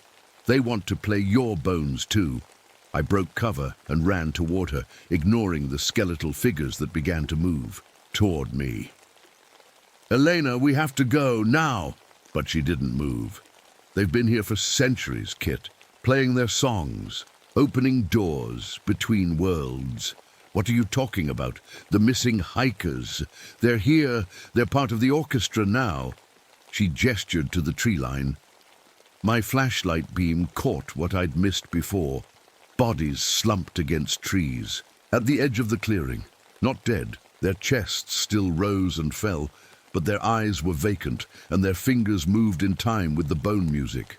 The rain washed over them, but they didn't seem to notice or care. "Look what they can do," Elena whispered. She held up a small recorder, the same one she'd used to make the tape she'd left at my cabin. When she pressed play, the sound that came out wasn't forest noises. It was screaming, humans screaming, arranged into a horrible melody. I grabbed her arm. "We're leaving, now!" But as I pulled her away, the bone players moved with impossible speed. They surrounded us, their empty eye sockets somehow still seeing. The largest one reached for my medical bag, its bony fingers closing around my bone saw. When it held the saw up, the metal began to glow with an eerie light. The skeleton drew the saw through the air, and to my horror, reality itself seemed to split open, revealing a glimpse of somewhere else, a vast darkness filled with the sound of tortured music. Elena's body went rigid, her back arching unnaturally. "They're coming through," she said, but her voice wasn't her own anymore. The great composers, the masters of bone harmony. I did the only thing I could think of. I grabbed my bone saw from the skeleton's grasp and slashed wildly at the tear in reality. The instrument felt hot in my hand, vibrating with power it shouldn't possess. The skeletal figures surged toward me, but the moment the saw touched the rift, a shockwave of sound knocked us all backwards. The last thing I remember is Elena's scream, mingling with my own, becoming part of that awful symphony as darkness claimed us both. I woke up to the sound of humming, not the peaceful kind, but the kind that vibrates in your teeth and makes your skull ache. Elena sat cross-legged beside me, swaying slightly, her eyes closed. We were in some kind of cave, lit by a strange bluish light that seemed to come from the walls themselves. "Elena?" I whispered, my throat dry. Her eyes snapped open, but something was wrong. Her skin looked almost transparent, like wax paper held up to light. I could see the shadows of her bones beneath, glowing faintly with the same blue light as the cave walls. "They're preparing," she said, her voice overlapping with itself, as if two people were speaking at once. "The concert hall needs to be filled." I tried to sit up, but my limbs felt heavy. The phantom pain had spread from my arms to my entire body. "What happened? Where are we?" "Below," Eleanor said simply. "Their home, where they've been playing for centuries." She stood up with jerky movements like a marionette. "They need you, Kit. They need someone who understands." "Understands what?" "Bone, cutting, music." Her hand shot out and grabbed my wrist with surprising strength. "You've worked with bones before. Cut them. Saved lives by removing limbs. They've been watching you since you arrived at the park." A chill ran through me that had nothing to do with the cave's dampness. "The phantom pain." "Yes," Elena nodded eagerly, her neck moving at an unnatural angle. "They've been practicing on you, learning how your nerves work, how to play you." I looked around the cave and realized it wasn't a cave at all. It was a massive concert hall with stalactites and stalagmites forming rows of seats that stretched up into darkness, and in those seats... "Oh God," I whispered. "Skeletons, hundreds of them, thousands maybe, sitting perfectly still, empty eye sockets all facing toward a central stage area where more of the bone players stood, arranged in a semicircle." "Who are they?" I asked, though I feared the answer. "The audience," Elena said, her voice full of reverence. "Everyone who ever died from bone injuries. They've been waiting for the masterpiece." My medical bag lay a few feet away. I inched toward it, trying not to draw attention. "And what's the masterpiece?" Eleanor's face split into a smile too wide for her face. "The symphony of surgical necessity. A piece that will open the door permanently." She gestured to a raised platform where my bone saw hovered in mid-air, glowing brightly. They need you to conduct. And if I refuse? Her expression darkened. Then they'll use me instead. But I'm not as good as you. I don't understand bones like you do. It would be messy. A skeletal figure approached, carrying what looked like a violin made from a human spine, with rib bones forming the body. It offered the instrument to me with a formal bow. "Every person you've ever operated on," Elena continued, her voice dropping to a whisper. "Every bone you've ever cut. They remember, they sing about it, and now they'll sing together." I felt sick. Those were real people, soldiers I'd tried to save. "The song is almost ready," Elena said. Her skin was growing more transparent by the second. I could clearly see her skeleton now, glowing beneath her flesh. "They just need a conductor who understands the pain." My hand crept closer to my medical bag. If I could just reach my surgical scissors. A horrible cracking sound filled the chamber. One of the hikers from the forest, still alive, was being dragged to the center of the stage. His arms were bent at impossible angles, bones breaking in sequence to create a rhythmic, snapping sound. "Stop it!" I shouted, lunging for my bag. I grabbed the scissors just as Elena seized my other arm. Her grip was inhumanly strong, her fingers digging into my flesh. "Don't you understand? This is beautiful, this is art. This is torture," I said through gritted teeth. The bone musicians began to play, using the hikers' breaking bones as percussion. The sound was horrific yet hypnotic, making my vision swim. I felt my own bones vibrate in response, as if eager to join the orchestra. Elena's eyes rolled back in her head as she began to conduct, her arms moving in jerky patterns. The music grew louder. My bone saw floated higher, its edge beginning to cut through the air itself, opening another rift like the one in the forest. Through the widening tear, I could see something massive and ancient trying to push through. A conductor made entirely of fused human skeletons, raising a baton made from countless finger bones. I had to act now. With all my strength, I drove the surgical scissors into the ground between Elena and the rift. The metal pierced the stone floor like it was butter, sending a shock wave through the chamber. The music faltered. Elena screamed, a sound so full of pain it hardly seemed human. The bone musicians turned toward me, their empty sockets somehow conveying rage. "I understand bones," I said, standing up despite the agony shooting through my phantom limbs. "I understand pain, but I also understand healing." I grabbed my bone saw from the air. The moment my fingers touched it, memories flooded back, not just of amputations, but of every life I'd saved, every person I'd helped heal. "You've been using my pain," I told the skeletal audience. "But you forgot what that pain was for." I raised the saw high. It was for saving lives, and with all my strength, I brought it down on the rift they'd been creating as the bone choir surged toward me, and Elena's scream reached an impossible pitch that shattered stalactites overhead. The moment my bone saw struck the rift, a sound, like 1,000 crystal glasses shattering, filled the chamber. Light exploded outward, blinding me. I felt my phantom limbs burn with real pain, not the echo of old trauma, but fresh agony, as if my arms were being torn from my body all over again. When my vision cleared, the skeletal audience was on its feet. The bone musicians had surrounded Elena, who lay crumpled on the ground, her body convulsing. The rift hung in the air, halfway closed, but still pulsing with sickly blue light. "Let her go," I shouted, brandishing my bone saw. "Your concert's over." The largest skeleton, the one I now understood to be their conductor, stepped forward. It had no mouth, but somehow I heard its voice in my head, the sound of bones grinding against each other. The symphony must be completed. The door must be opened fully. "Not today," I said, "and not with her." Then we will use you. You understand. The music of pain. You have conducted it many times.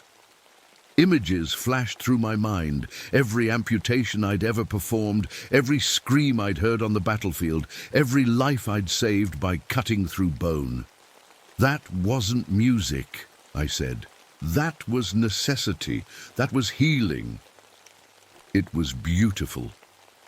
The skeleton conductor raised its hands, and my phantom pain flared so intensely I fell to my knees. It was using my nerve damage against me, playing my phantom limbs like instruments. Through tears of pain, I saw Elena stirring, her skin no longer transparent, but her eyes still vacant. She began to crawl toward a collection of surgical tools that had appeared on the ground, my old field kit, somehow transported here from my past. The bone musicians began to play again, a melody that made my teeth vibrate and my vision blur. With each note, the rift widened slightly, and I could see more of what waited on the other side, an endless concert hall filled with skeletal figures stretching across dimensions. "Join us," the conductor's voice scraped in my mind. "Become a violinist. Play the bones of the living." "Never!" I gasped, fighting through the pain. Elena had reached the surgical tools. To my horror, she picked up a scalpel and held it to her own ear. "Elena, no!" I screamed. But it was too late. With one swift movement, she sliced through her eardrum. Then the other.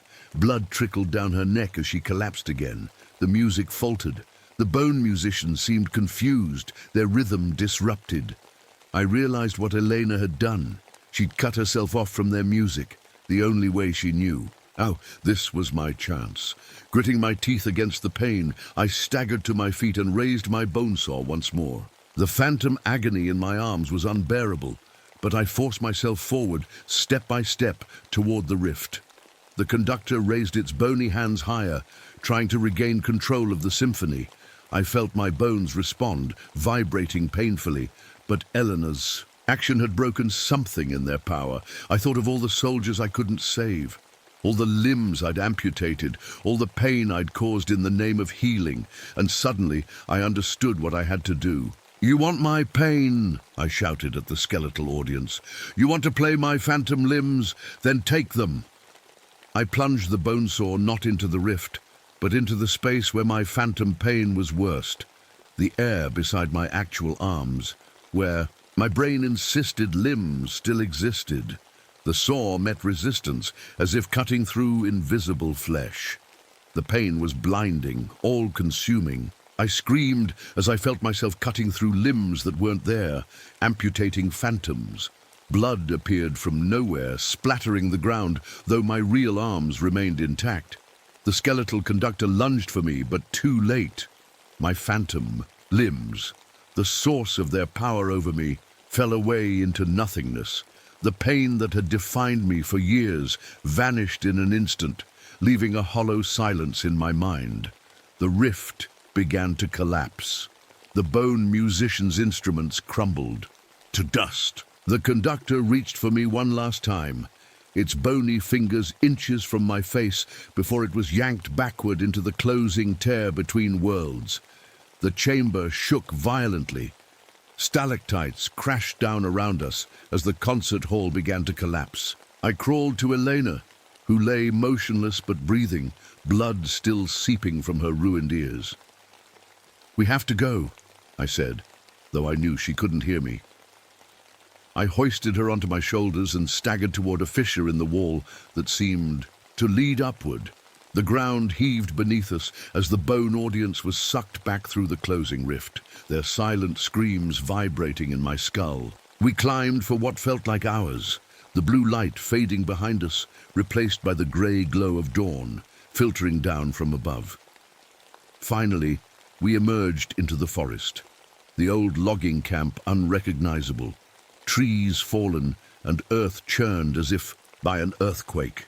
The rain had stopped. The forest was utterly silent. No birds, no insects, no wind in the trees. Just silence so complete it felt like a physical presence.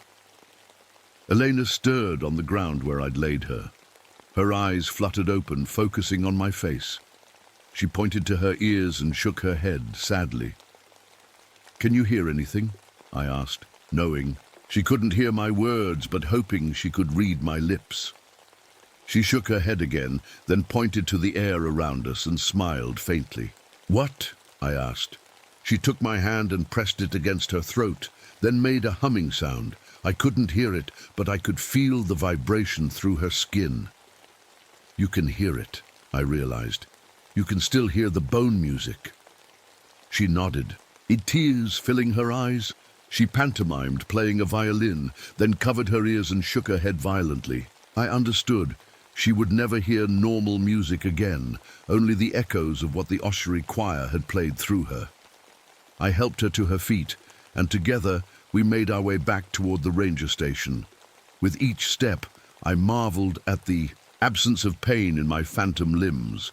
For the first time in years, my brain no longer insisted on feeling what wasn't there. But as we walked, I noticed something strange. New saplings were already pushing up through the churned earth, growing at an impossible rate. Their trunks were oddly shaped, with hollow chambers like woodwind instruments. And though the forest was silent to my ears, I could feel a faint vibration through the soles of my boots. A new kind of music, barely perceptible. Eleanor felt it too. She stopped, pressed her hand against one of the new trees, and smiled. Whatever she could hear, it didn't frighten her. As we reached the edge of the park, I looked back one last time. The forest seemed different somehow, not threatening, but vigilant. The ossuary choir was gone, sealed away by my sacrifice. But something remained, a counter-melody, a healing song played through living wood instead of dead bone. I would never hear it the way Elena could. But sometimes, when the rain falls just right and the wind moves through those strange hollow trees, I swear I can feel it in my bones, the echo of a symphony still being written, note by note, in the language of growth instead of decay. Elena touched my arm and pointed to her heart, then to the forest, then to me. A simple message. We were connected now, all three of us, by the music none of us had chosen, but all of us had survived. I nodded and took her hand. Together, we walked out of the silent forest and back into a world of ordinary sounds. A world that would never know how close it had come to hearing the Bone Singer's final, terrible symphony. My name is David Thorne. I've been a ranger at Mammoth Cave National Park for 11 years now, though most visitors would never guess what I did before this. The long sleeves of my uniform hide the worst of my scars, chemical burns that crawl across my skin like maps of places I wish I could forget.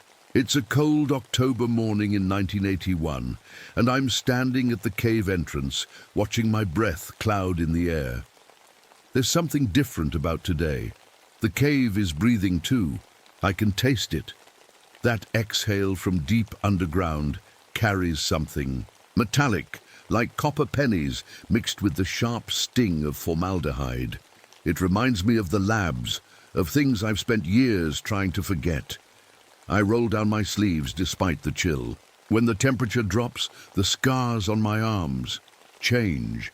The burn patterns shift and move, forming faces of people whose names were only numbers in CIA files, test subjects, my subjects.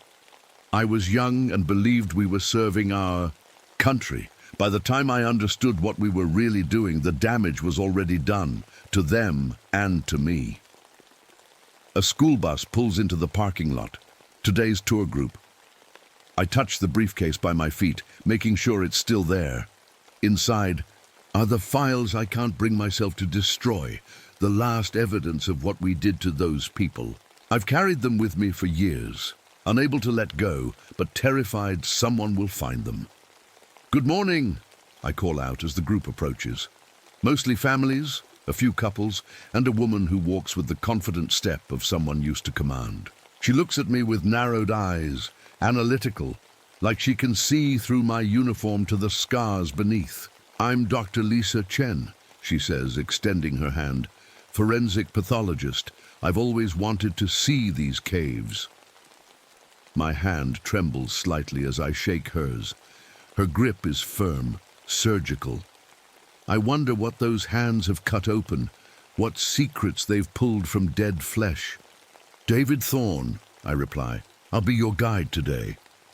As we enter the cave mouth, I feel the familiar tightness in my chest.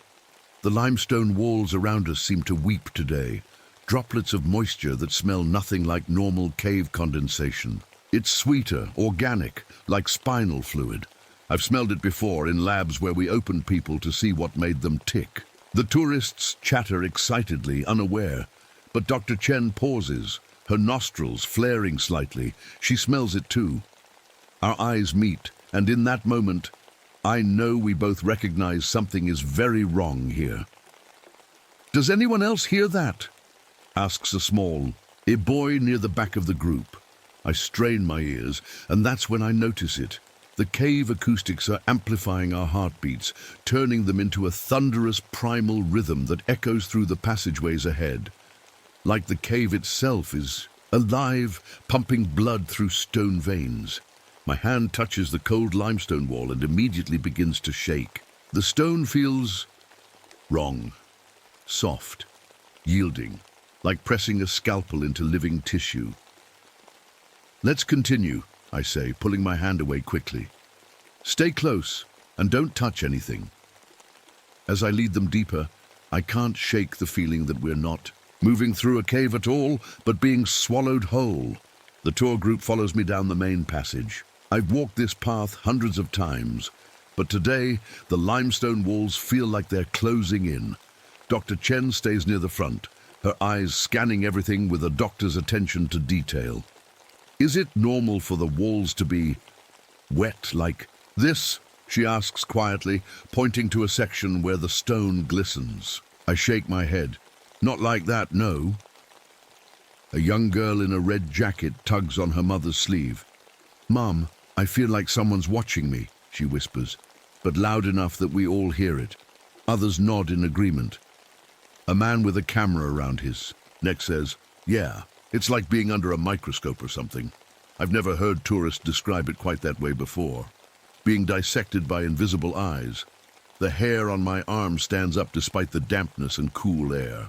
As we reach the cathedral room, a massive chamber with ceilings so high our flashlights barely reach it, I notice something embedded in the flowstone near the path.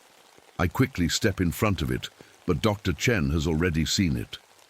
Is that, she begins, just an unusual rock formation? I cut her off, but we both know what it is, what looks exactly like an ancient scalpel, somehow preserved in the stone, as if it had been there for thousands of years.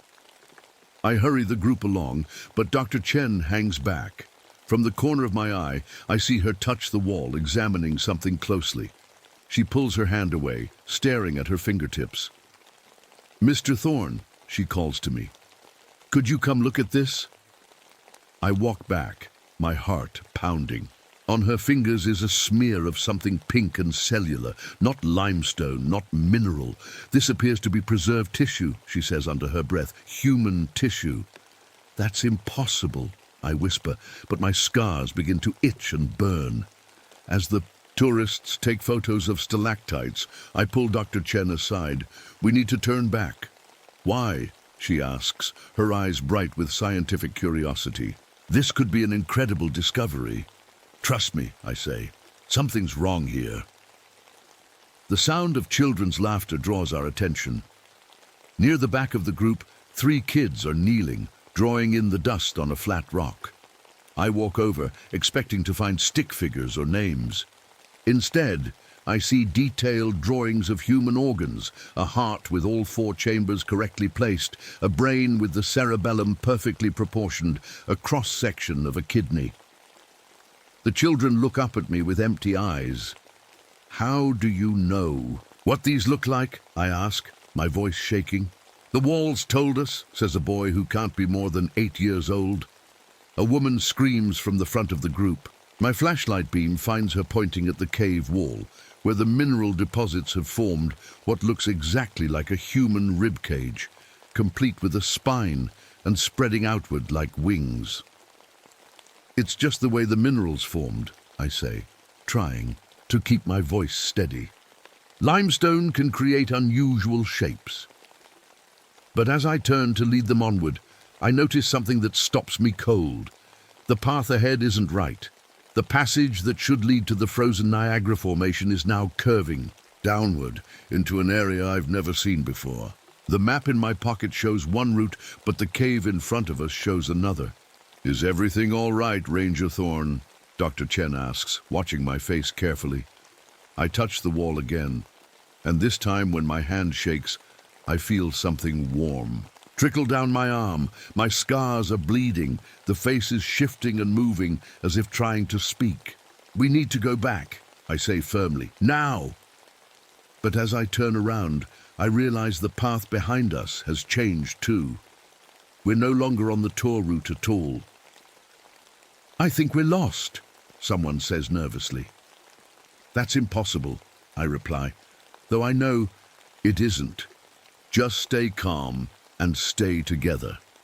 In the distance, something that sounds like a heartbeat grows louder, and beneath that, almost too quiet to hear, the sound of metal tools being arranged on a tray. "Everyone stay close," I order, trying to keep my voice calm. I pull out my emergency radio, but all I get is static with a rhythm that sounds too much like breathing. A middle-aged man pushes to the front of the group. "I demand to know what's going on. We paid for the standard tour, not whatever this is." "Sir, please," I begin, but Dr. Chen interrupts. "Look at the water." She points to a small stream running along the cave floor. The beam of her flashlight reveals a reddish tint to the water that wasn't there before. "Is that blood?" someone whispers. "It's just iron in the rocks," I say quickly. "Very common in caves. But I've never seen the water run this color in all my years here." Dr. Chen kneels by the stream, her scientific curiosity overcoming her fear. She dips her finger in the water and examines it closely. "This isn't just minerals," she says quietly, so only I can hear. "This has hemoglobin in it." My emergency kit suddenly feels heavy on my belt. I open it to get the first aid. Supplies, but freeze when I see the contents. The bandages, antiseptic wipes, and scissors have rearranged themselves into neat rows, exactly like the surgical trays I used to prepare in the CIA labs. A teenage girl screams, pointing at my face. "Your scars, they're moving!"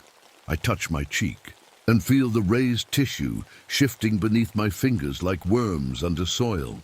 In the reflection of a puddle, I see the burn marks rearranging into a face I recognize. Subject 117, a woman who never made it out of our facility. "It's just the shadows from your flashlight," I lie. "Everyone turn off your lights for a moment. Let your eyes adjust to the darkness. When the lights go out, I expect complete blackness. Instead, there's a faint glow coming from deeper in the cave system. A glow that pulses like a heartbeat. "What is that?" someone asks. Before I can answer, a young boy points to a dark corner. "Who's that man?" There's no one there, at least no one living. But in the shadows, I see the outline of a figure I recognize from my nightmares, Subject 094, a political prisoner whose nervous system we mapped while he was still conscious. I blink, and the figure is gone.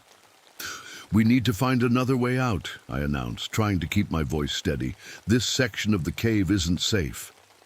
As we move forward, following the eerie glow, Dr. Chen walks beside me. "Those aren't ordinary burn scars, are they?" she asks quietly. "Chemical burns," I admit, "from a lab accident." "And the faces?" I stop walking. "You can see them too?" She nods. "I'm a forensic pathologist, Mr. Thorne. I've spent my career reading stories told by flesh. The passage widens into a large chamber none of us has ever seen before. The walls here are different, smoother, almost polished, and embedded in them are what look like display cases. A woman approaches one, her flashlight illuminating the contents. She jumps back with a cry of horror.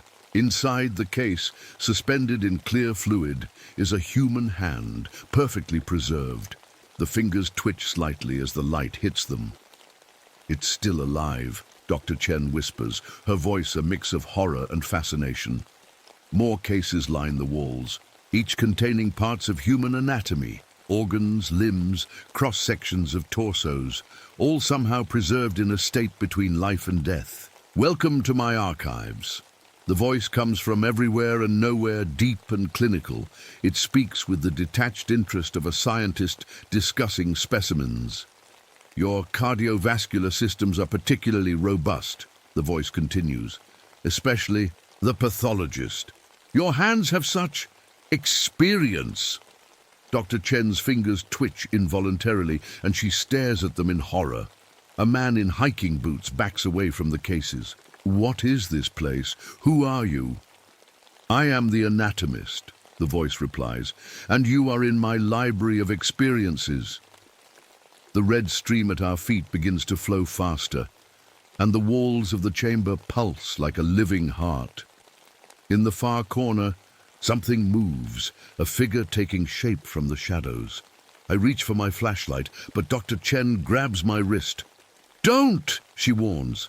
I don't think we want to see it clearly. Too late. A tourist panics and aims his high-powered flashlight at the corner. What we see there makes even Dr. Chen, with all her years in the morgue, gasp in horror. In the beam of the flashlight stands a figure that shouldn't exist. It looks almost human at first glance, the shape of a tall man in what might be a doctor's coat. But as my eyes adjust, I see the horror of what it really is.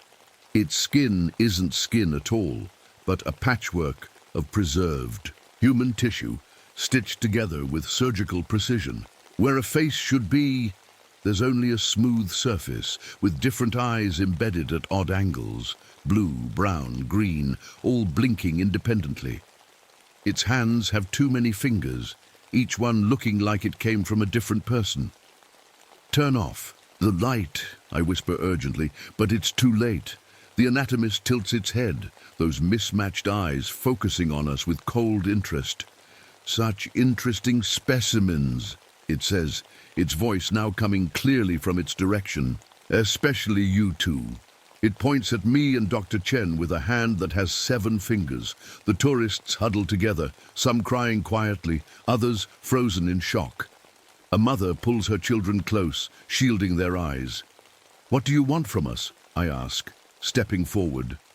My scars burn like fire now, the faces in them silently screaming. "The same thing you wanted from your subjects, David Thorne," it replies. "Knowledge, experience, understanding." My blood runs cold. It knows who I am, what I did. "How do you—" "Your guilt is written on your skin," the anatomist interrupts. "I can read it like a book. The chemicals you used, the pain you caused, it's all there in those beautiful scars." Dr. Chen looks at me, her expression a mix of horror and realization. "You weren't just in a lab accident, were you?" Before I can answer, the anatomist moves closer, its movements unnaturally smooth.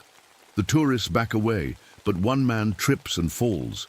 His hand touches the red stream. He screams as his fingers begin to change, the skin becoming transparent, revealing the bones and tendons beneath.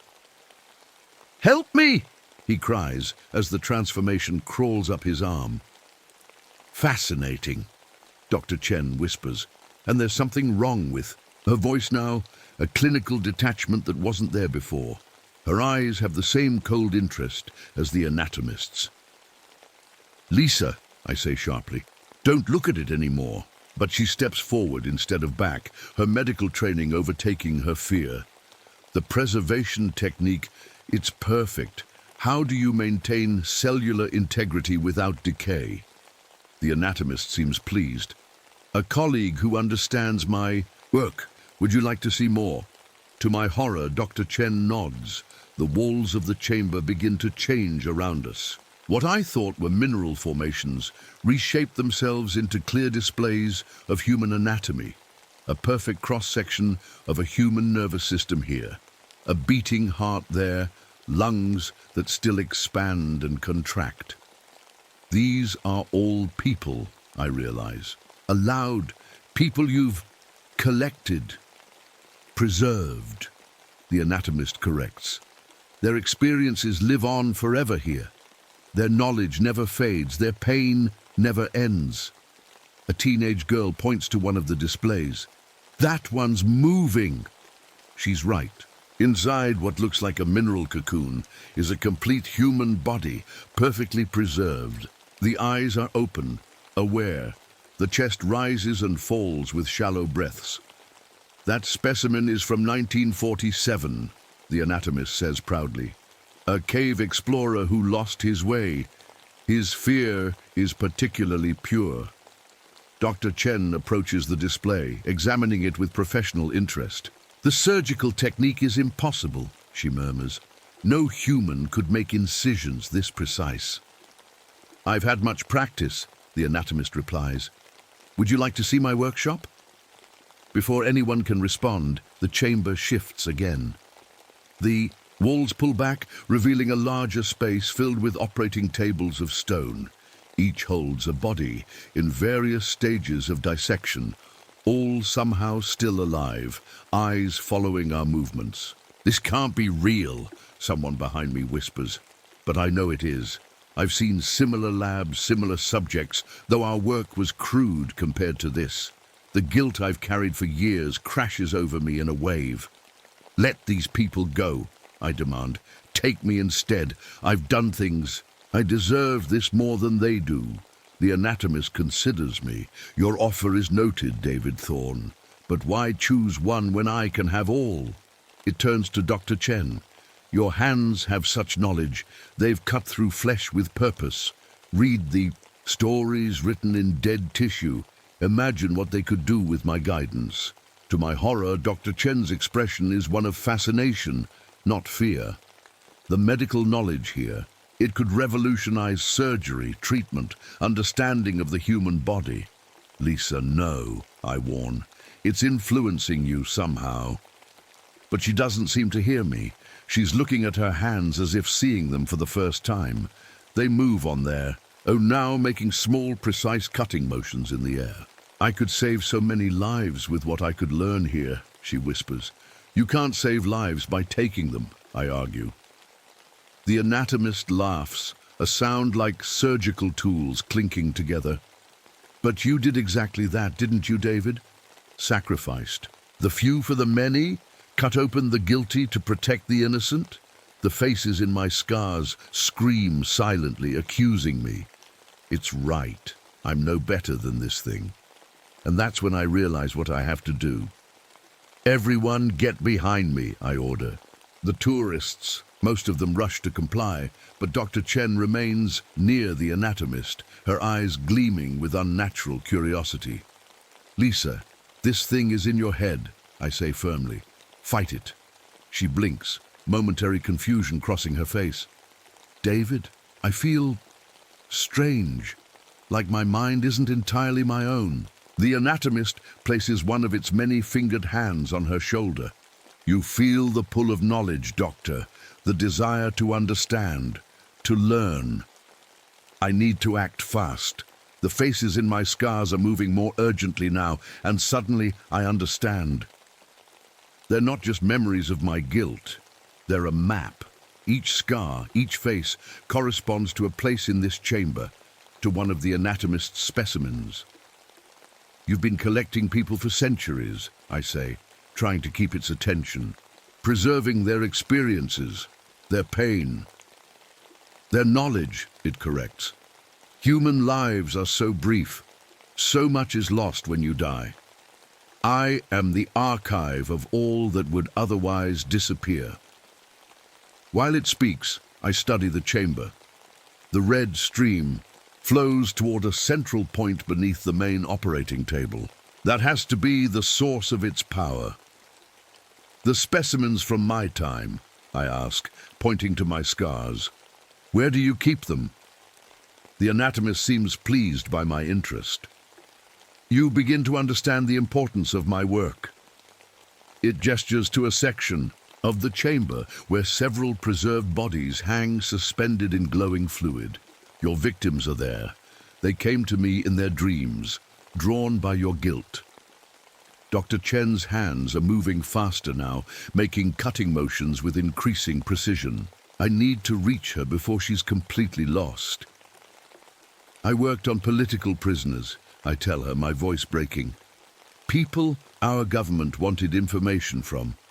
We told ourselves it was necessary, that the pain we caused would save American lives. Her eyes focus on me briefly. David, I've carried their faces with me for years, I continue, moving closer to her. But this thing, it keeps them in a state between life and death, preserved in eternal pain. The anatomist moves. Between us, enough talk, it's time to add to my collection. It raises a hand, and the stone operating tables begin to shift. That's when I make my move. I lunge forward, pushing past the anatomist toward the central operating table. My hand plunges into the red stream beneath it, and pain shoots up my arm as my skin becomes transparent, revealing muscle and bone beneath. But now I can feel the connection. My scars link me to every specimen in this chamber, every victim, every face. What are you doing?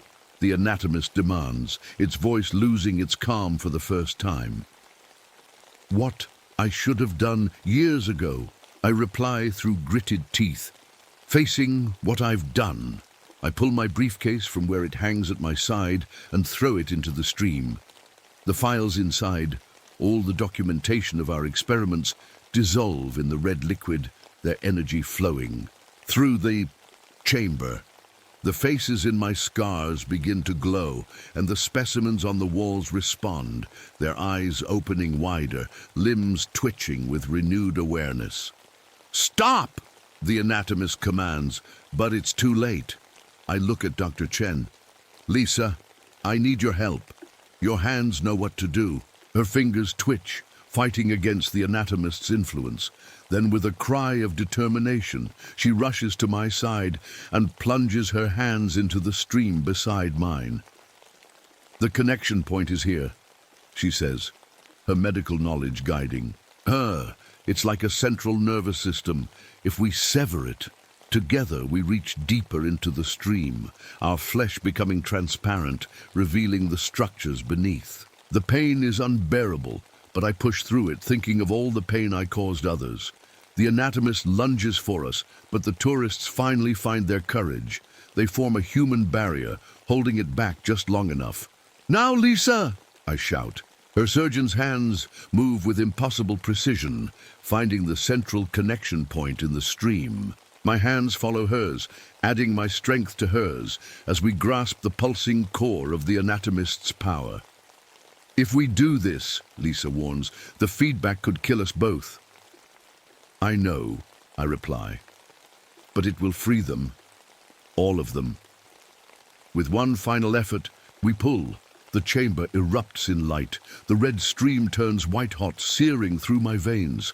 I hear the anatomist scream, not one voice but hundreds, thousands, all the voices it has collected over centuries. The specimens on the walls begin to move, breaking free from their displays. The faces in my scars tear themselves away, becoming ghostly forms that drift toward freedom. The last thing I see before darkness takes me is Dr. Chen's face. Tears streaming down her cheeks as her hands continue their work, saving lives the way they were meant to. I'm sorry, I whisper to the faces as they float past me. I'm so sorry. Then everything goes white. I don't expect to wake up, but somehow I do. My eyes open to bright hospital lights. My body feels strange, distant, like I'm only partly connected to it. When I try to move my arm, nothing happens. He's awake, someone says. A nurse leans over me, checking my vitals. David? Another voice, familiar. Dr. Chen appears at my bedside, but she looks different. Her hands are wrapped in bandages, and there's a new intensity in her eyes. The tourists, I manage to ask, my voice barely a whisper. Safe, she says. They made it out. Search and rescue found them wandering near the cave entrance. Most of them don't remember what happened, or they've convinced themselves it was all a group hallucination from bad air in the cave. I try to nod, but again, nothing moves. And me, how bad is it? Lisa's expression turns grim. David, you should know that what we did in the cave, it changed us. The stream, the anatomist's power, it got into our systems. She unwraps one of her bandages, showing me her hand. At first it looks normal, but then I see it beneath her skin. There's a faint glow tracing the path of her veins, and her fingers move with tiny, precise movements, even when she's holding them still. I can perform surgeries now that should be impossible, she says quietly. I know things about the human body that no doctor should know. I can see inside people, David, see their pain, their injuries, just by looking at them. And me. I ask again, dreading the answer. Lisa takes a deep breath. Your body is preserving itself. We don't understand how. You haven't needed food or water since they found you. Your heart beats once every few hours, but your mind is fully active. Horror washes over me as I understand. I'm becoming like the specimens. She nods. Part of you is still in the cave system, I think, connected to it. The doctors here don't understand what's happening. They want to run tests, but I've been protecting you from that. No more experiments. The anatomist? Gone. At least I think so, but she hesitates. The cave has been sealed off. Officially. It was a collapse, but really, they're afraid of what's down there. And lately, medical students at universities across the country have been reporting strange dreams. Dreams about performing surgery in limestone caves. I would shudder if I could move. It's not over. No, Lisa agrees. But we hurt it. Badly. The specimens we freed, I think they're at peace now. She reaches out, touching my face where the burn scars used to be. My skin is smooth now. The face is gone. They're free, David. You freed them. What happens now, I ask. I've arranged to have you transferred to a private facility, she says. Somewhere I can monitor your condition. And I'm going to use what I've learned. There are other things out there like the anatomist, other collectors, other archives. She leans closer, her voice dropping to a whisper. I can feel them, David. My hands know how to find them, how to stop them, and you'll help me. Whatever's happened to you, whatever you're becoming, we can use it. I think of all the pain I caused in my CIA days, all the lives I damaged in the name of protection, and now, somehow, I have a chance to make it right. The faces in my scars, I say. I can still feel them sometimes. Not on my skin anymore, but in my mind. Lisa nods. They're guiding you, using your connection to find others like them. Outside the window, storm clouds gather. Somewhere in the darkness, I sense others waking up, becoming aware. The anatomist was just one collector among many. We have work to do, I tell Lisa. She smiles grimly, her glowing hands already preparing for the battles ahead. Yes, she agrees. We do. In the distance, thunder rolls like the beating of a massive heart. The world has nightmares it hasn't even begun to face. But this time, I'll be fighting on the right side, and somewhere deep underground, in caves that breathe like living things, the archives are waiting.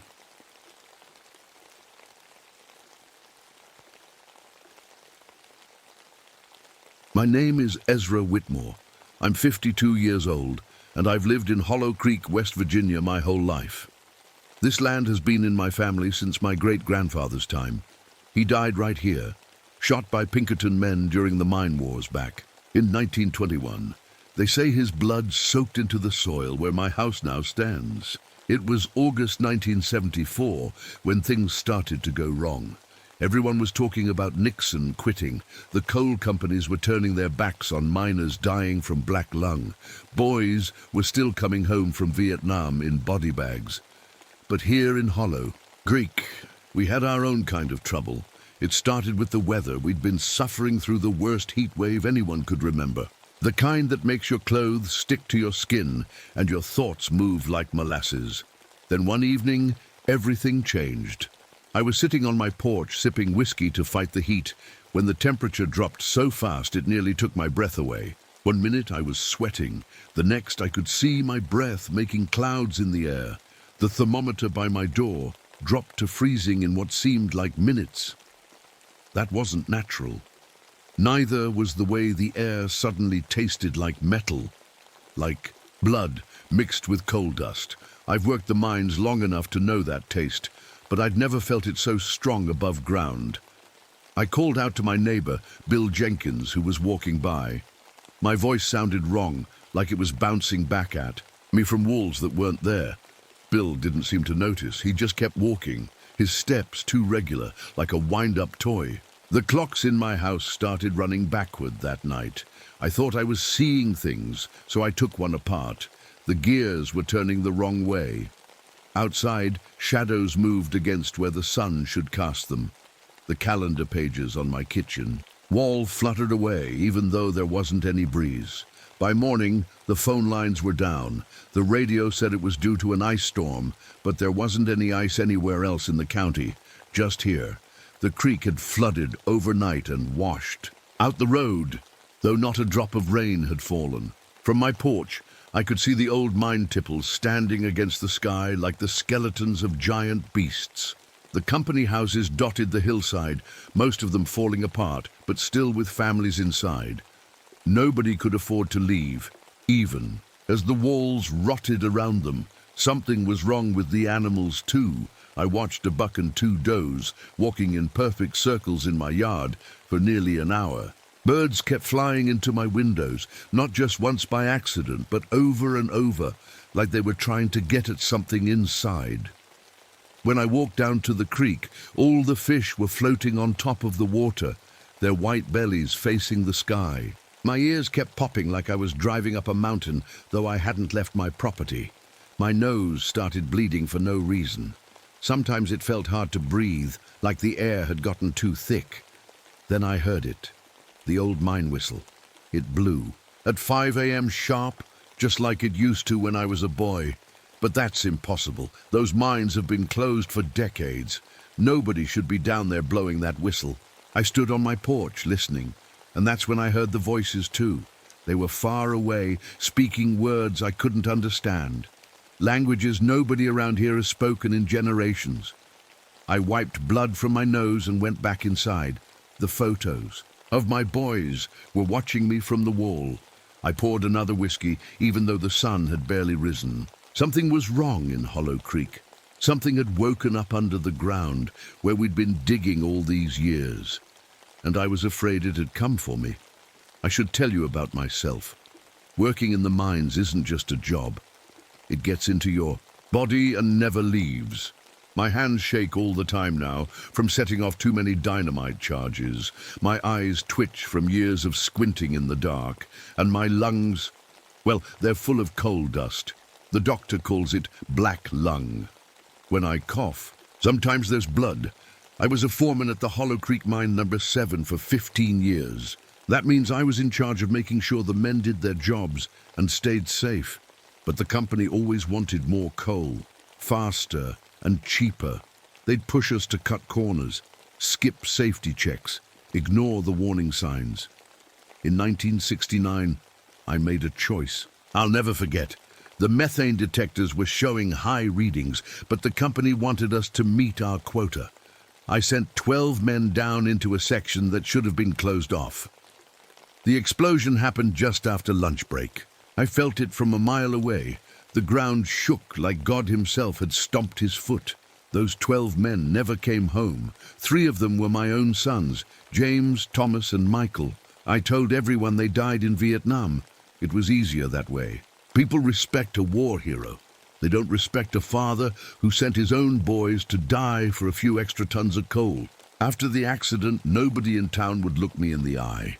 My wife, Clara, couldn't stand to be near me. She left 6 months later. Now I live alone in this big old house, drinking too much and talking to photos on the wall. My family has a complicated history here.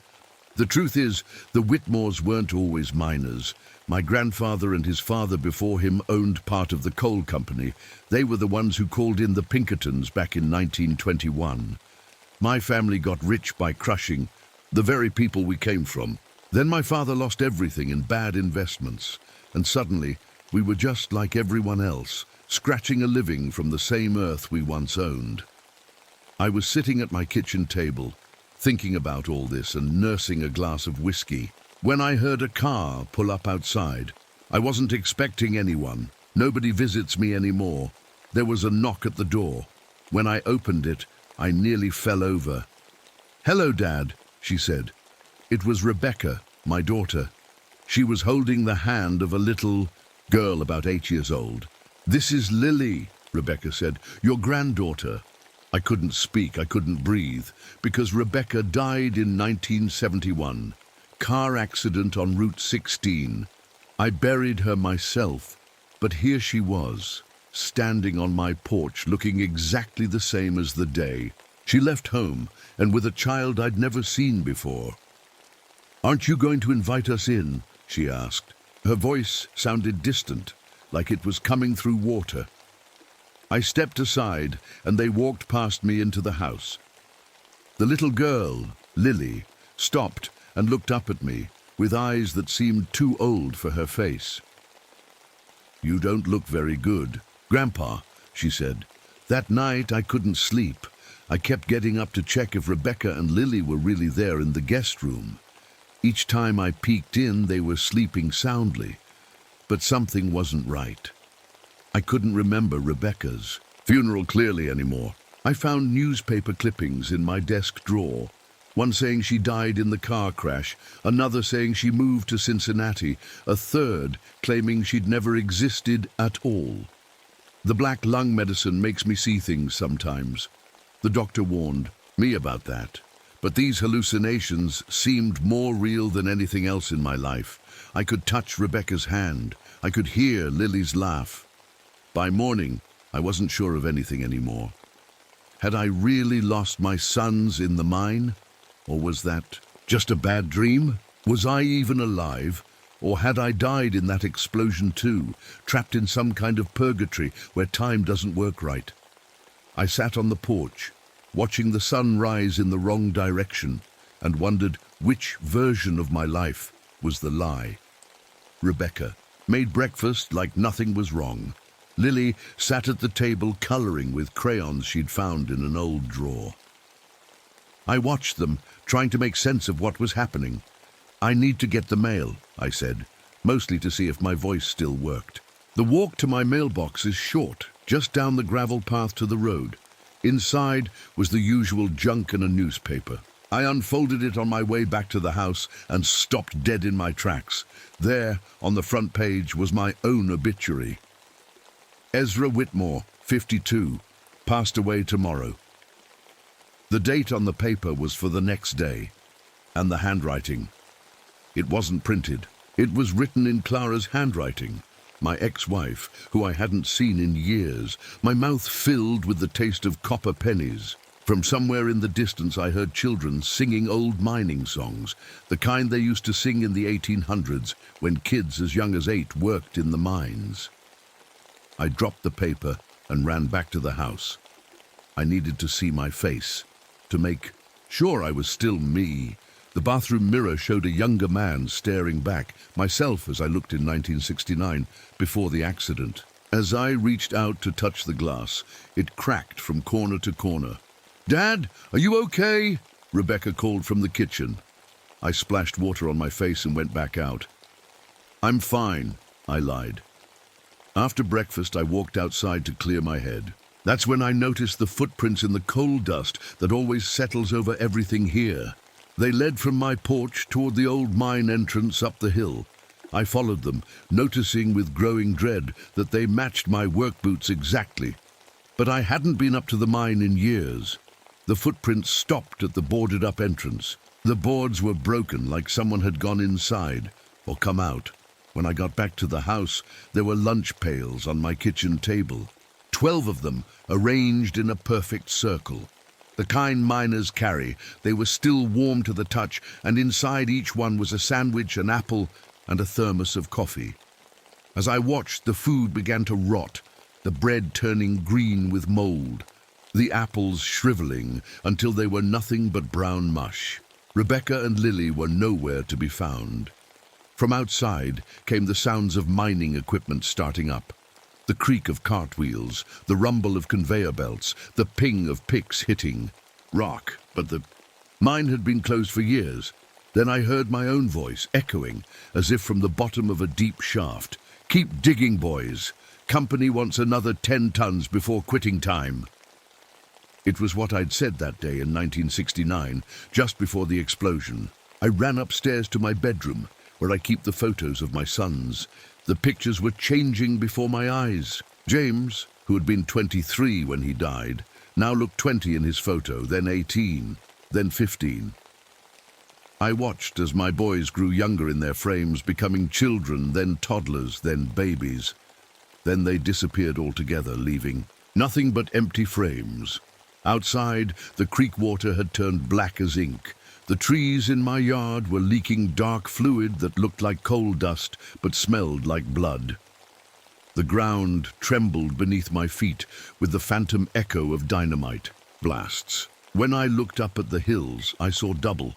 The present-day Hollow Creek abandoned and dying, and layered on top of it like a photograph negative, the Hollow Creek of 1921. I could see Pinkerton men with rifles stalking across my yard. I could see miners running, falling as they were shot in the back. Past and present were happening at the same time. And in the middle of it all stood Rebecca and Lily, holding hands, watching me with empty eyes. "It's time, Dad," Rebecca said. "Time to go back to the mine." Lily nodded, her face serious. "They're waiting for you, Grandpa. They've been waiting a long time." I knew then that whatever was happening wasn't just in my head. Something had broken in Hollow Creek, in time itself, and I was being pulled back to face what I'd done. I didn't want to go to the mine. Every instinct told me to run the other way. But where would I go? The roads were washed out, the phones were dead, and something told me that whatever was happening would follow me anyway. Rebecca and Lily walked ahead of me up the path to mine. Avon. Their feet barely seemed to touch the ground. We reached the broken boards at the entrance, and without a word, they slipped inside. I hesitated, then followed.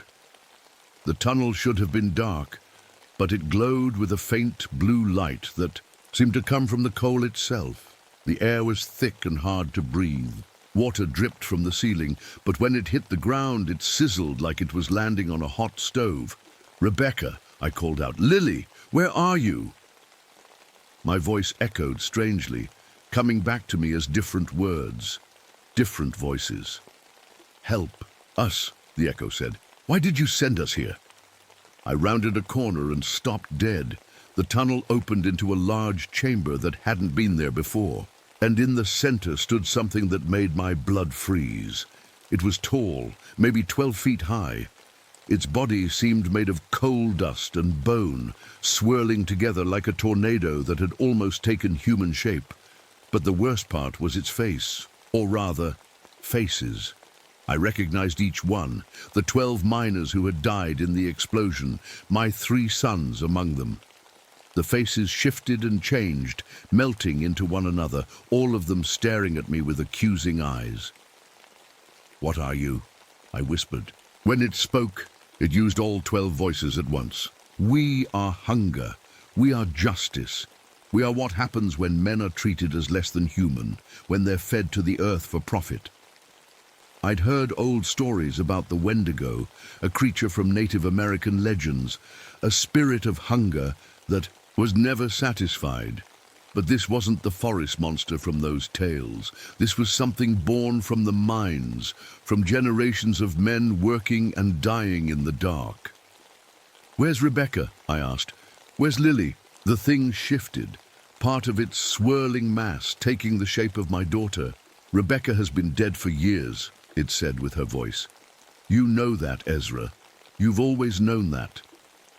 Another part of it formed into Lily's shape. And I was never real, the child's voice said. At least, not the way you think. The child's shape stepped forward, and as it did, its features changed. The face became younger, more familiar. I was looking at myself as a boy, before I'd ever gone into the mines, before I'd become part of the system that killed men for coal. You used to be me, the child Ezra said. Before you forgot what it meant to care about people more than money.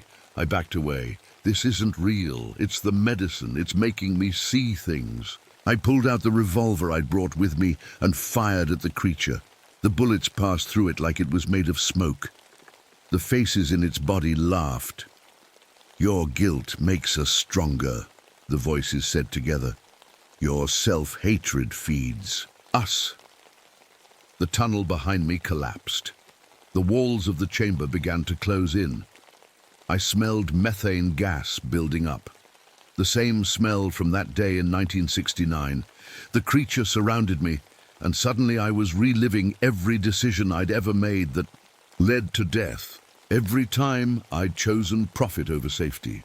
But it also showed me other paths, what might have happened if I'd stood up to the company, if I'd refused to send my men, my sons, into danger. You died in the explosion, Ezra, the voices said. Everything since has been the moment of your death stretched out over years, your punishment, your purgatory. I fell to my knees. No, I said. I survived. I'm still here. Are you? It asked. And as it spoke, I remembered. I remembered the heat of the explosion, the roar of the fire, the feeling of my lungs filling with gas and dust. I remembered dying alongside my men, my boys. Then why am I still here? I asked. Because you haven't accepted what you did, the child Ezra said. You haven't faced your responsibility. The chamber grew smaller, the methane smell stronger. The faces of the dead watched me, waiting for my answer.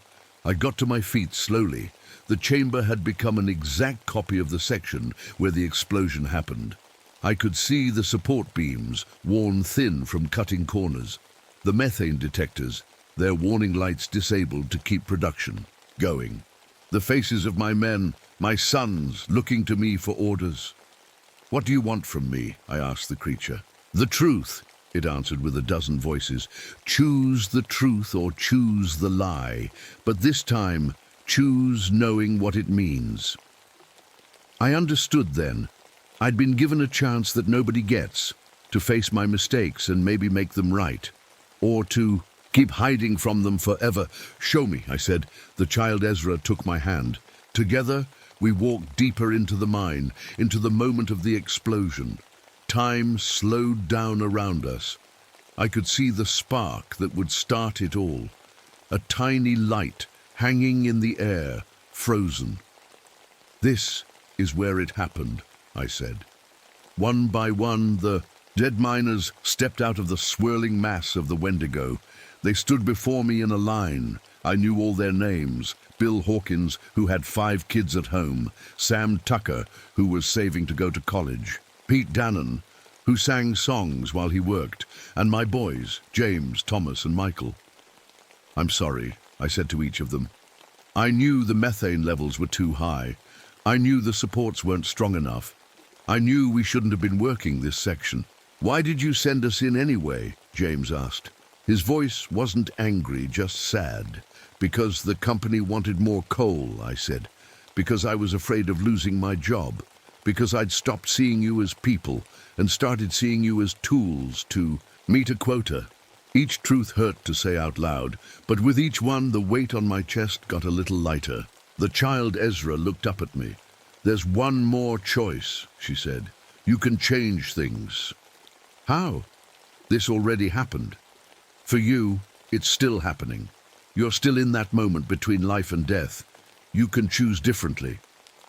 I understood what she was offering, a chance to die in their place, to save them, my sons included, by sacrificing myself. Would that really change anything, I asked? Would the mines suddenly become safe? Would the company start caring about the men? The Wendigo's many faces looked sad. No, the system would continue. Other men would die in other mines. Your sacrifice would save these 12 lives, but not the hundreds who came before, or the hundreds who will come after. Then what's the point? I asked. The point is taking responsibility, my son Thomas said, not just for our deaths, but for being part of something that treats people as disposable. I thought about that, about all the years I'd spent as foreman, pushing men to work faster, dig deeper, ignore the warning signs, and before that, my family's role as mine owners, exploiting generations of workers. I accept it, I said finally. I accept what I did. I accept that I died in that explosion, that I should have died in it, and I accept that my death doesn't fix the bigger problem.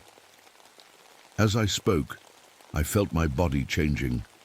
Coal dust crept up my legs, replacing flesh with something darker. I was becoming part of the Wendigo, adding my guilt to its hunger for justice. Is this punishment? I asked as the transformation spread. No, said Michael, my youngest. It's purpose. Someone needs to remember what happened here.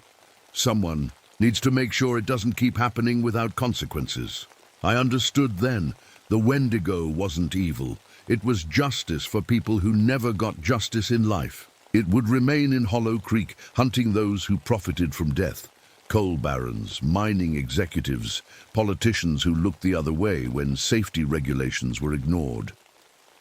As the last of my human form disappeared into the swirling mass, I felt peace for the first time in years. I had finally told the truth. I had finally stopped running. The spark unfroze. The explosion happened.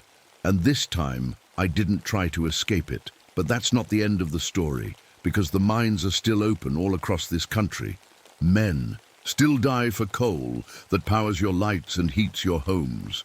Companies still cut corners. Executives still get rich while workers get sick.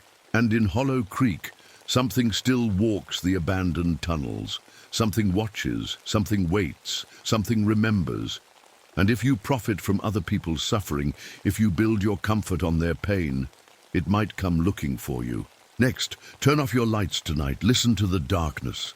That sound you hear might be the wind, or it might be the Wendigo of Hollow Creek, coming to ask what role you play in the story.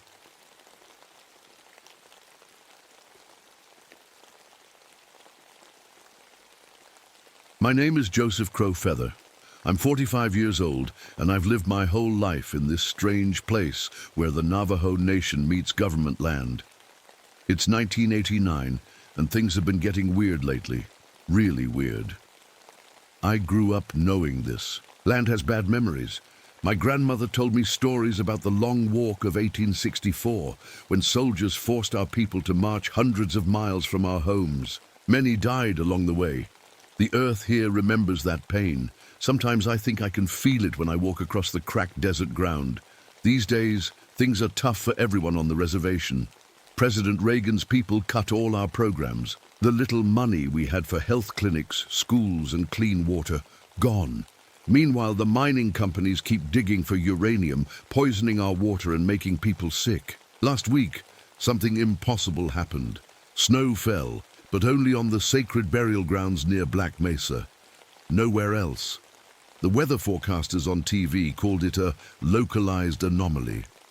My grandmother would have called it a warning. Walking the land now feels wrong. The air shimmers with heat waves even when it's freezing cold. Everything tastes like ash in my mouth. When I drink water, I taste metal and something else I can't name. Time isn't working right either. Yesterday, I was checking some old petroglyphs for the Cultural Resources Survey, and I swear they changed when I looked away. Ancient carvings of hunters and rain spirits now showed strange new shapes. Men in suits, giant machines digging into the earth, birds falling from the sky. Nobody can get a clear phone signal anymore. The roads don't go where they used to. 3 tribal police officers got lost last month, driving a route they've taken for years. They ended up 50 miles from where they should have been, with no idea how they got there.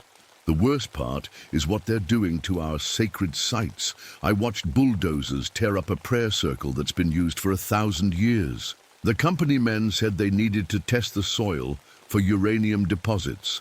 When the medicine man tried to perform a blessing ceremony, military helicopters flew so low the sand whipped into everyone's eyes. They claimed it was a training exercise. It always is. The animals are acting strange too. Coyotes travel in packs of 20 or 30 now, moving together like they're having a meeting. The ravens watch us, and sometimes I swear they speak in perfect English. Time's running out. One croaked at me from a fence post. I told myself it was my imagination. My radiation detector keeps going crazy. That's my job, checking radiation levels at the mines. But now it clicks everywhere, even miles from any mining site. When I try to find the source, it seems to move, like something is playing games with me. The tribal council and the government tell completely different stories about what's happening here. The official report says the land is safe, the water is clean, and the mines bring jobs we need. But our elders tell stories of sickness, of children born with problems, of the earth itself growing angry at how we've treated it. Both stories can't be true. But somehow, in this place, they both are. My grandmother, before she died, or disappeared, or maybe she's still here, I can't keep the story straight anymore, said something was coming, something born from the place where greed meets suffering, something wearing the face of progress but hiding the hunger of a monster.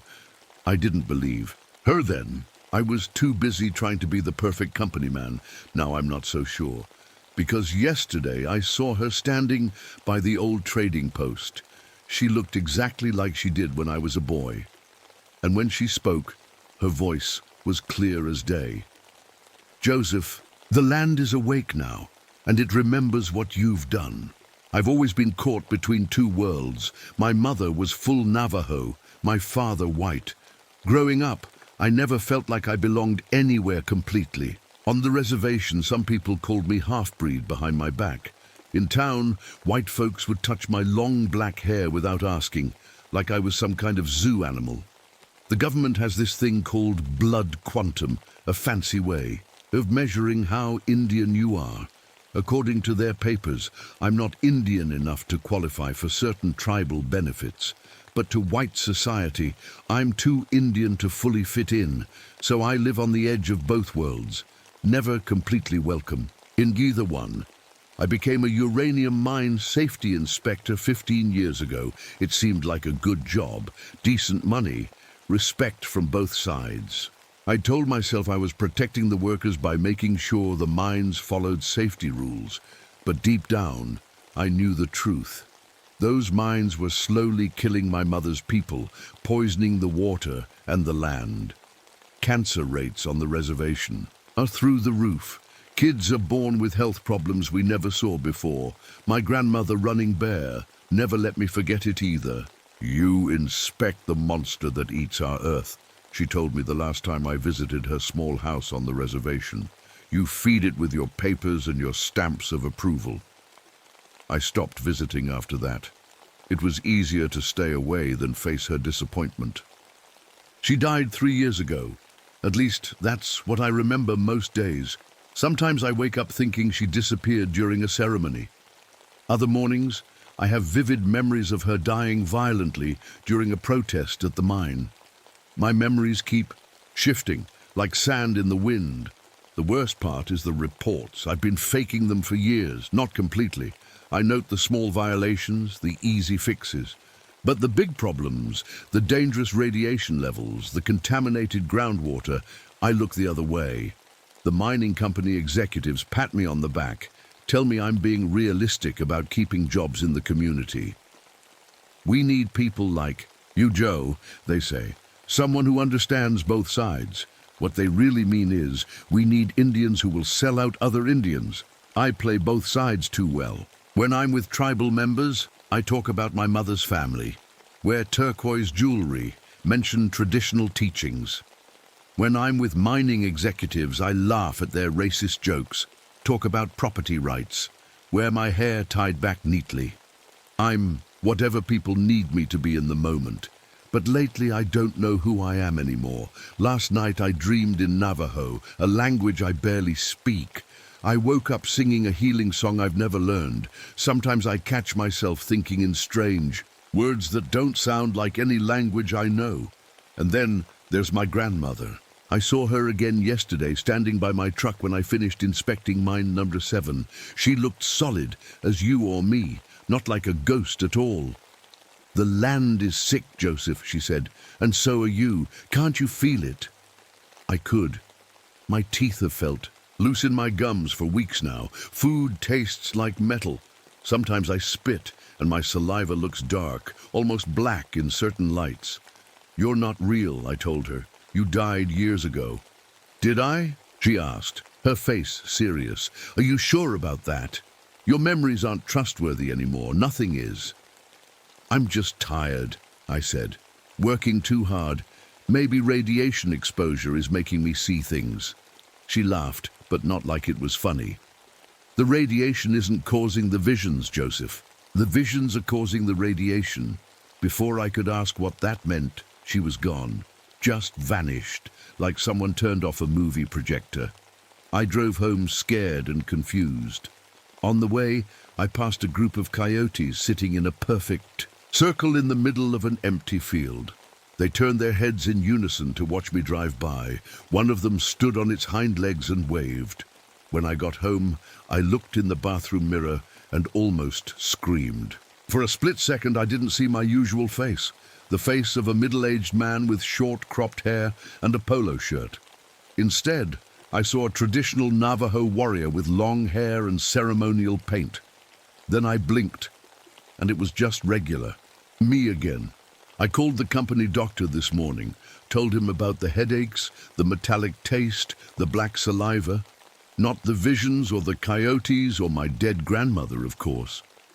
"Probably just stress," he said without even examining me. "Take some time off if you need to. But we need that new safety report by Friday. The report for a mine that's showing radiation levels 10 times higher than legal limits.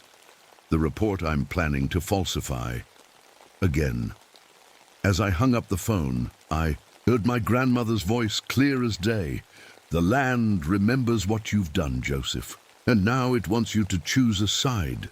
Things got really strange last week. I was checking radiation levels at the edge of mine number 4, and my Geiger counter went crazy. Clicking so fast it sounded like one long buzz. The needle buried itself at the highest reading. I've never seen anything like it. But when I moved 10 feet to the left, nothing. Normal background radiation. Then 10 feet to the right, it screamed again. It was like the radiation was moving, following me. That's not how radiation works. It doesn't follow you like a pet dog. I went home that night and brushed my teeth. When I spit into the sink, it was black as oil. The taste in my mouth was like licking a battery. My gums bled when I touched them. I should have been terrified, should have driven straight to a hospital in Flagstaff. Instead, I just stared at the sink, watching my black spit swirl down the drain. The next morning, I found an old photograph in my desk drawer. It showed Navajo people being marched away from their homes during the Long Walk of 1864. I'd seen it before in history books, but this time something new caught my eye. In the background, barely visible, was a man who looked exactly like me. Same face, same build, even the same small scar above my right eyebrow from when I fell off my bike. As a kid, that's impossible. The photo was taken 125 years ago. I took out my magnifying glass. The man was wearing modern boots, the exact same Red Wing work boots I wear to the mines every day. I dropped the photo like it was on fire. Later that day, the company nurse took blood samples from all the inspectors. Routine testing, they said. When she drew my blood, the vial felt warm in her hand. Too warm. She looked confused, then alarmed as the vial began to smoke. She dropped it, and when it hit the floor, my blood burst into flames. Small blue flames that smelled like sage and gasoline. "I've never seen that before," she whispered, her face pale. "That's not possible." They took another sample. This one didn't catch fire. They sent it to a lab in Albuquerque. 2 days later, my supervisor called me into his office. "There's been a mistake with your blood work," he said, not meeting my eyes. "What kind of mistake?" I asked. "The lab says..." He paused. "They say your DNA shows markers that aren't human, and some markers they've never seen before in any living thing. They're running the tests again." I laughed it off, said it must be contamination, but inside, my heart was pounding so hard I thought it might break my ribs. Walking back to my truck, my Geiger counter started clicking in my pocket. I hadn't turned it on. When I took it out, the clicks formed a pattern. Short, short, long, short, short, long, like Morse code, like it was trying to tell me something. That night, I dreamed I was at a tribal council meeting. I was speaking perfect Navajo, not the broken phrases I know in real life, but flowing, beautiful Navajo with words I've never heard before. I was warning the elders about something coming from the mines, something hungry and ancient that wore human faces like masks. I woke up still speaking Navajo, the words pouring out of me like water. It took almost 5 minutes before I could make myself stop. At work, things got even weirder. I was reviewing old safety reports I'd filed, and they weren't the same reports. I remembered writing, where I had noted safe levels. The reports now showed dangerous contamination. My signature was on reports I know I never wrote, describing violations I had deliberately ignored. "What is this?" I asked Sharon, the records clerk. She looked confused. "Those are your reports, Joe. The ones you've been filing all along." "No," I insisted. "I never reported these violations. I covered them up." Her eyes went wide, and I realized what I'd just admitted, but instead of looking shocked or angry, she just looked sad. "Joe," she said quietly, "you've been reporting these problems for years. The company keeps ignoring you. Don't you remember all the fights you've had with management about this?" I didn't remember, not even a little bit. Walking back to my car, I saw something impossible. The desert was blooming, not with the usual sparse wildflowers, but with strange plants I'd never seen before. They had thick, waxy leaves and flowers. They glowed faintly green in the shadows. They smelled sweet but wrong, like fruit that's just starting to rot. They were growing in a perfect circle around the main entrance to mine number 7. I knelt down to look closer. The plants seemed to pulse, like they had tiny heartbeats. When I reached out to touch one, it curled toward my finger like it was trying to grab me. I jumped back and nearly fell over. That's when I noticed my birth certificate had fallen out of my pocket. I always carry it because of the constant ID checks at the mines, but the name on it wasn't right.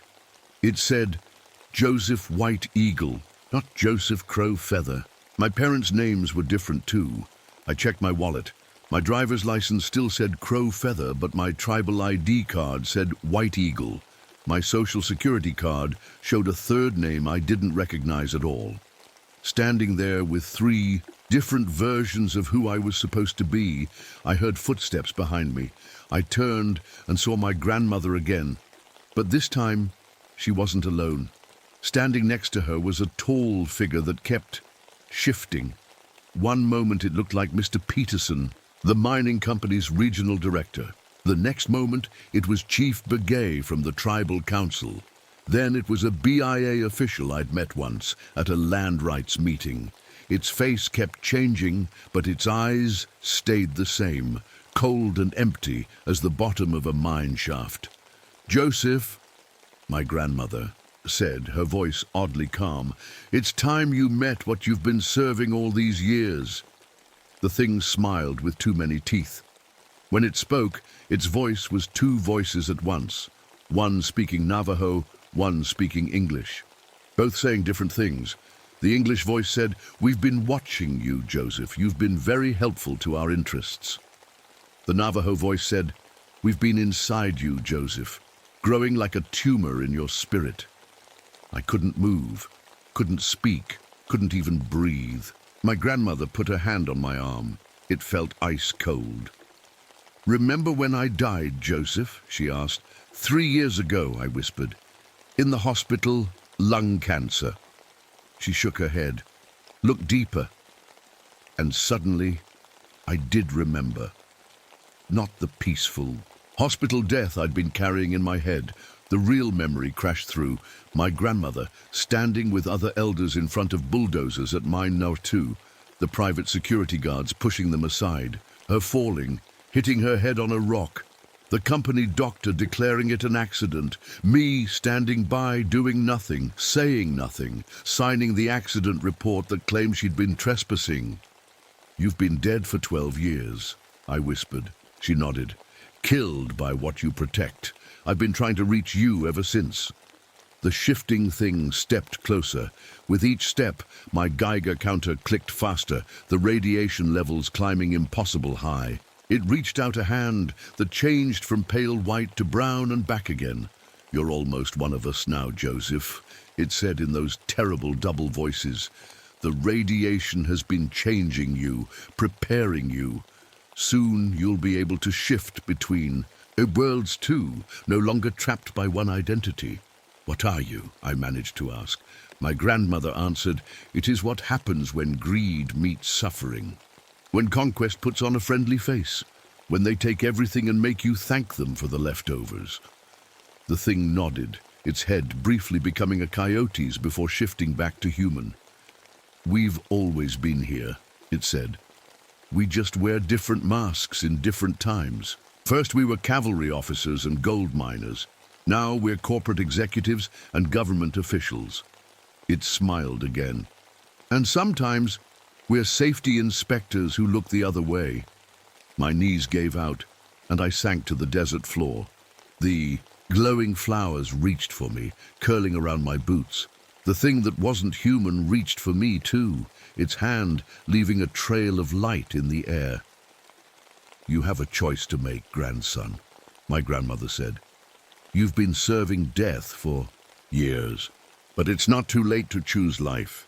The shifter laughed, and the sound made the flowers shiver. "Life? Look at him! He's already half ours. Show him, Joseph. Show him what you're becoming." I looked down at my hands. For a moment, they didn't look like my hands at all. They were pale, then dark, then something else entirely, something that glowed from within like those terrible flowers. I screamed. The sound echoed across the empty desert, sending a flock of ravens into the air. They circled above us, calling out in perfect English, "Choose, choose, choose." I ran all the way back to my truck. My hands shook so badly I could barely get the key in the ignition. I sped away, dust billowing behind me, not looking back to see if that thing was following me. But you can't outrun something that's already inside you. At home, I locked all the doors and windows. I sat in my kitchen with all the lights on, a bottle of whiskey in front of me. I didn't drink it. I needed to stay clear-headed. My bathroom mirror called to me like a magnet. I was afraid to look, but I had to know. The face that stared back at me kept shifting. One moment, I saw myself as I've always been. The next, I saw a traditional Navajo man with long hair and ceremonial paint. Then, most terrifying of all, a pale white businessman with short hair and cold eyes. "Which one is really me?" I whispered to the empty house. All three faces mouthed the words back at me. I slept fitfully that night, dreaming of uranium glowing in the dark earth like a cursed treasure. In my dreams, I was digging it up with my bare hands, stuffing the poisonous rocks into my mouth, feeling them burn all the way down. I woke up coughing black liquid onto my pillow. The phone rang. It was Peterson from the mining company. "Joe, we need you to come in today. There's a situation at mine number 5. "I'm sick," I said. My voice sounded strange, like it was coming from very far away. "This can't wait," Peterson insisted. "There's been a discovery. Something in the new shaft. We need someone who understands both sides to help us handle this properly." Those words again. Someone who understands both sides. Code for someone willing to betray their people. "What kind of discovery?" I asked. Peterson paused. "Remains, old ones. Could be a burial site. We need you to advise us. Translation. They'd found ancestral graves and wanted me to help them. Cover it up or move the bones quietly. It had happened before. I'll be there in an hour, I said, already hating myself for agreeing. When I arrived at mine number 5, Peterson met me at the gate. He looked nervous, fidgeting with his hard hat. It's not just bones, he admitted, as we walked toward the mine entrance. There's something else, something strange. Deep in the mine, they'd broken through into a small cavern. Inside were indeed remains, ancient burial items, pottery and bones.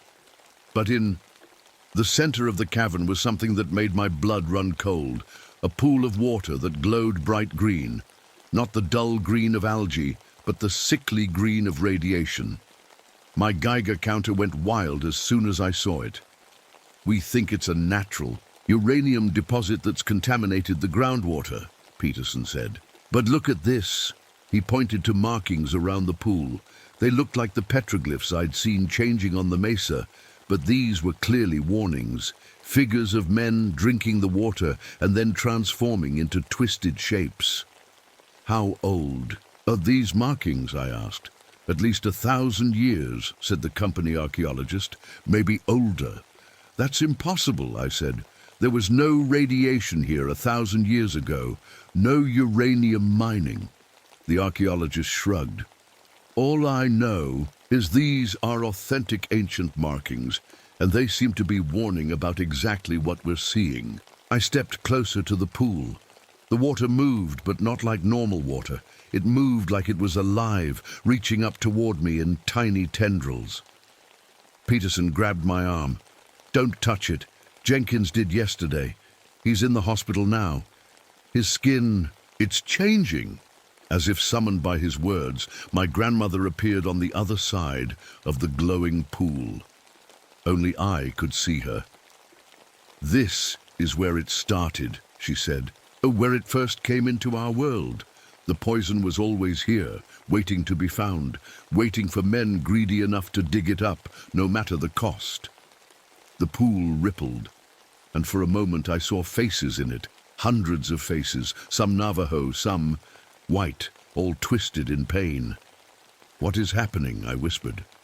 You're finally seeing the truth, my grandmother replied. This isn't just radiation poisoning, it's something older, something that was here before people, something that uses our greed against us.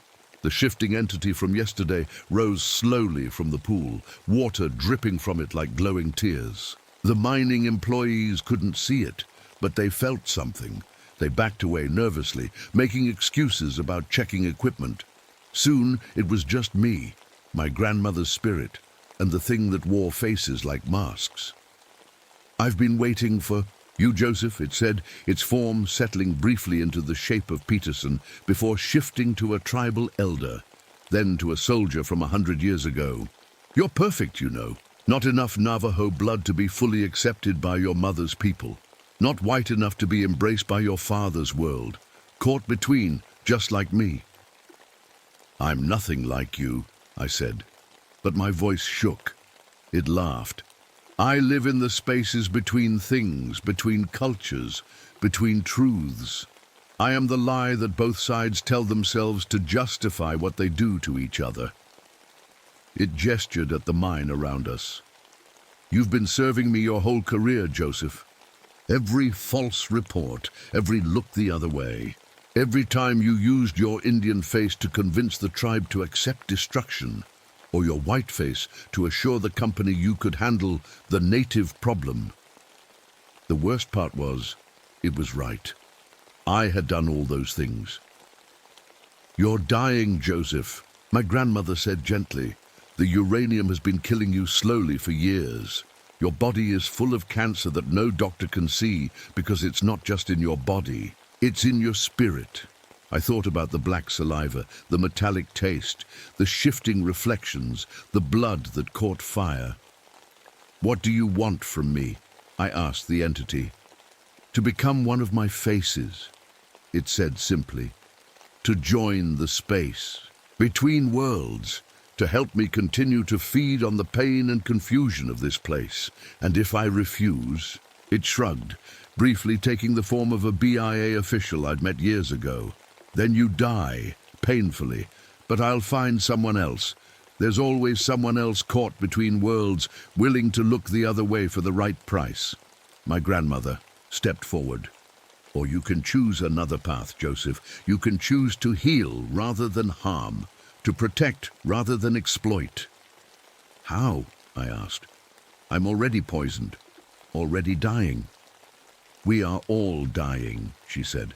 The question is what we do with the time we have left, what we become after. The entity's form flickered rapidly between shapes: miner, elder, soldier, executive, coyote, raven, and things I couldn't even name. They'll never accept you, Joseph, it hissed. You're not Navajo enough. You've betrayed them too many times. At least with me. You'll have power. You'll belong somewhere. I closed my eyes. I could feel the radiation inside me, burning through my cells. I could feel the entity reaching for me, trying to pull me into its shifting existence. But I could also feel something else. The land, the dead, my grandmother, my mother, all the ancestors I'd betrayed with my compromises and cowardice. When I opened my eyes, I knew what I had to do. No, I told the entity, I won't become part of you. Its faces twisted in rage, cycling through expressions of fury from different cultures, different times.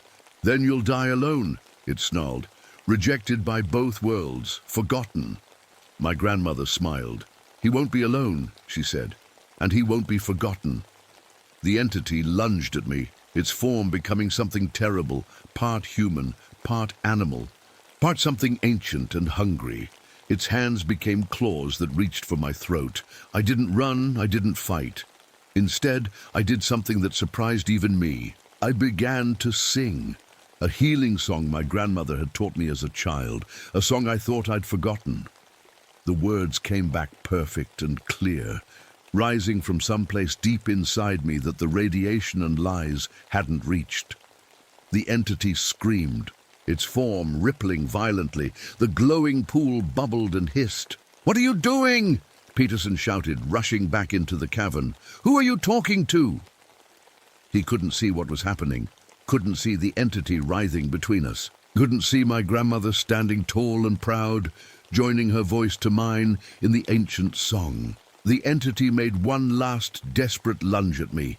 As its claws touched my chest, I felt a burning pain worse than anything I'd ever experienced. It was trying to tear out my heart, to take my face as its newest mask. But my song didn't stop. My grandmother's voice grew stronger, and somewhere, distant but growing closer, I heard other voices joining in. The voices of ancestors I'd never known, of the land itself, of every living thing that had been poisoned and exploited. The entity howled in fury and pain. Its form began to melt, dripping like wax back toward the glowing pool. "This isn't over, Joseph," it hissed as it retreated. "I've been here since the beginning. I'll be here long after you're gone. There will always be borders, always be people caught between worlds, always be someone willing to betray their own for the right price." It was probably right. But for the first time in my life, that someone wouldn't be me. The entity disappeared back into the glowing pool, but I knew it wasn't gone for good. It was just waiting, gathering strength. Peterson stared at me like I'd lost my mind. "Joe, what the hell is going on with you?" he demanded. "Who are you talking to? What was that song?" I looked at him, really looked at him for the first time. He wasn't a bad man, not really. Just another cog in a machine too big for any of us to fully see. He didn't understand what was happening here. Maybe he never would. "You need to close this mine," I said quietly. He laughed nervously. "What? We can't do that. We just hit a major deposit. This could keep the operation going for another decade." "It's not uranium," I said, "or not just uranium. It's something else. Something older, something alive." Peterson's face hardened. "You're not making any sense. Look, maybe you should take some time off. You've been working too hard. My grandmother's spirit stood beside me, her hand on my shoulder. Only I could see her, but her touch felt real. He can't understand, she said softly. He's not ready to see. I nodded. I quit, I told Peterson. Quit? You can't quit. We need you, especially with this new situation. Find someone else to help you cover it up, I said, turning to leave. Joe, be reasonable, Peterson called after me. Think about your career, your future. Where will you go? What will you do? I didn't answer. There was no point. In my heart, I already knew I didn't have much of a future left. The radiation in my body was too far gone. I could feel it eating me from the inside, changing me cell by cell. I drove straight to the tribal council building. Most of the elders knew me as the Company Indian, the sellout who helped the mining operation navigate tribal politics. They were surprised to see me walk in without an appointment, especially looking the way I did, pale, sweating, my eyes bloodshot and wild. I need to speak to the council, I said to the receptionist. It's urgent. Chief Begay happened to be walking through the lobby. He stopped when he saw me. Joseph Crow Feather, he said coolly. What brings you here? More papers for us to sign away our rights? The words stung, but I deserved them. No, I said. I need to warn you about mine number 5, about what they found there. Something in my voice must have convinced him I was serious. He led me to a small conference room where 3 other council members were meeting. For the next hour, I told them everything. About the glowing pool, about the ancient warnings carved around it, about how the radiation was moving like a living thing, about my grandmother's spirit and the entity that shifted between forms. I expected them to laugh, to call me crazy, to throw me out. But they didn't. They listened silently, their faces grave. When I finished, the oldest councilwoman, Mary Tsosi, spoke. Our stories tell of such a thing, she said. A trickster spirit born where different worlds meet. It feeds on confusion, on divided loyalties, on the pain of those caught between worlds. You believe me? I asked, shocked. Chief Begay nodded slowly. Strange things have been happening all over the reservation, animals behaving oddly. Weather, that makes no sense. People seeing the dead walk. We have been gathering reports for months. What can we do? I asked. Mary Tsosi looked at me with ancient knowing eyes. The question is, what can you do, Joseph Crow Feather? You who have walked both worlds, you who have served this thing without knowing it, you whose body now carries its poison. I didn't have an answer, but my grandmother did. She appeared in the corner of the room, and this time I wasn't the only one who could see her. Mary Tsosi gasped. Chief Begay crossed himself, mixing Christian and traditional protections. My grandson must make a choice, my grandmother said, her voice echoing strangely in the small room. He carries the poison, but that gives him power. Too, he can use it. Use it how? I asked. To bind the entity, she said. To contain it for a time, not forever. Nothing lasts forever, but long enough to warn others, to protect the next generation. It would kill him, Mary Tsosi whispered. My grandmother nodded sadly. He is already dying. The uranium has seen to that. The question is whether his death will have meaning. They all looked at me, waiting for my decision, as if I had a real choice. But maybe I did. For the first time in my life, maybe I actually did have a choice about who I was and what I stood for. Tell me what to do, I said. That night, under a sky bursting with stars, we gathered at the edge of mine number 5.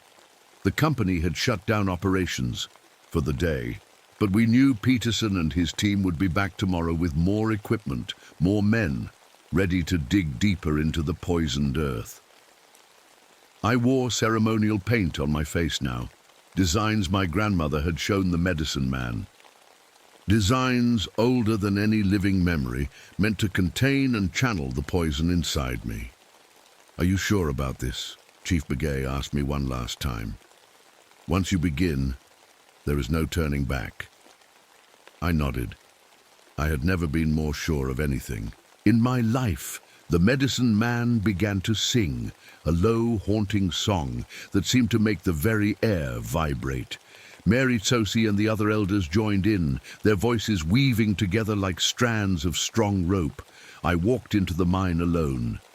My grandmother's spirit walked beside me, guiding me through the dark tunnels. I didn't need a flashlight. My skin had begun to glow faintly, the radiation inside me lighting my way. We reached the cavern with the glowing pool. It was larger now, the water having eaten away more of the rock. The ancient warnings carved. Around it seemed to move in the shifting light, the figures dancing and twisting. The entity was waiting for me. It rose from the pool, its form shifting rapidly between shapes, mining executive, government agent, tribal elder, and things not human at all. "Come to join me after all?"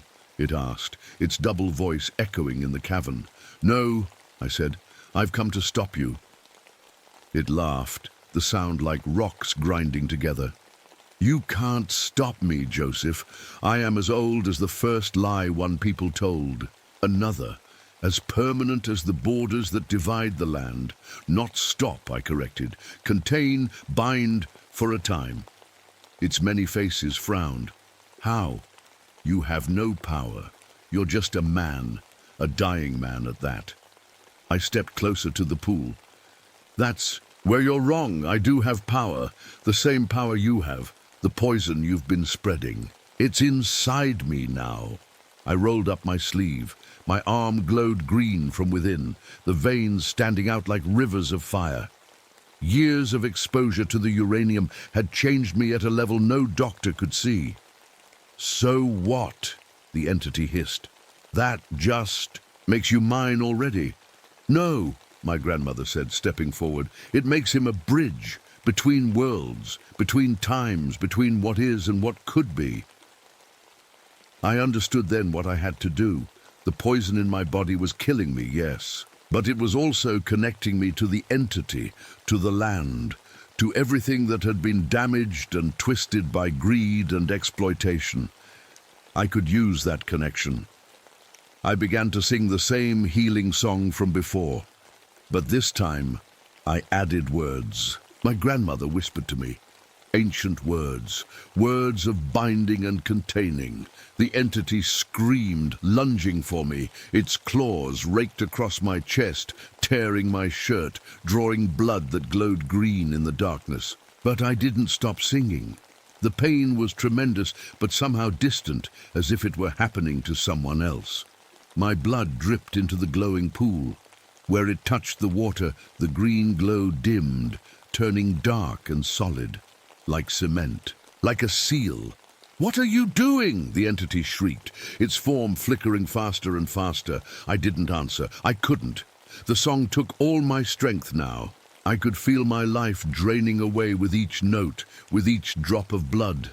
The entity tried to flee, to sink back into the depths of the pool, but my blood had created a network of solid barriers, trapping it in an ever smaller space.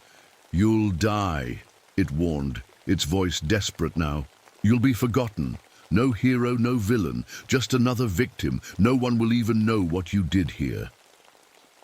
It was trying to bargain now, to play on my fears of insignificance. Once that might have worked.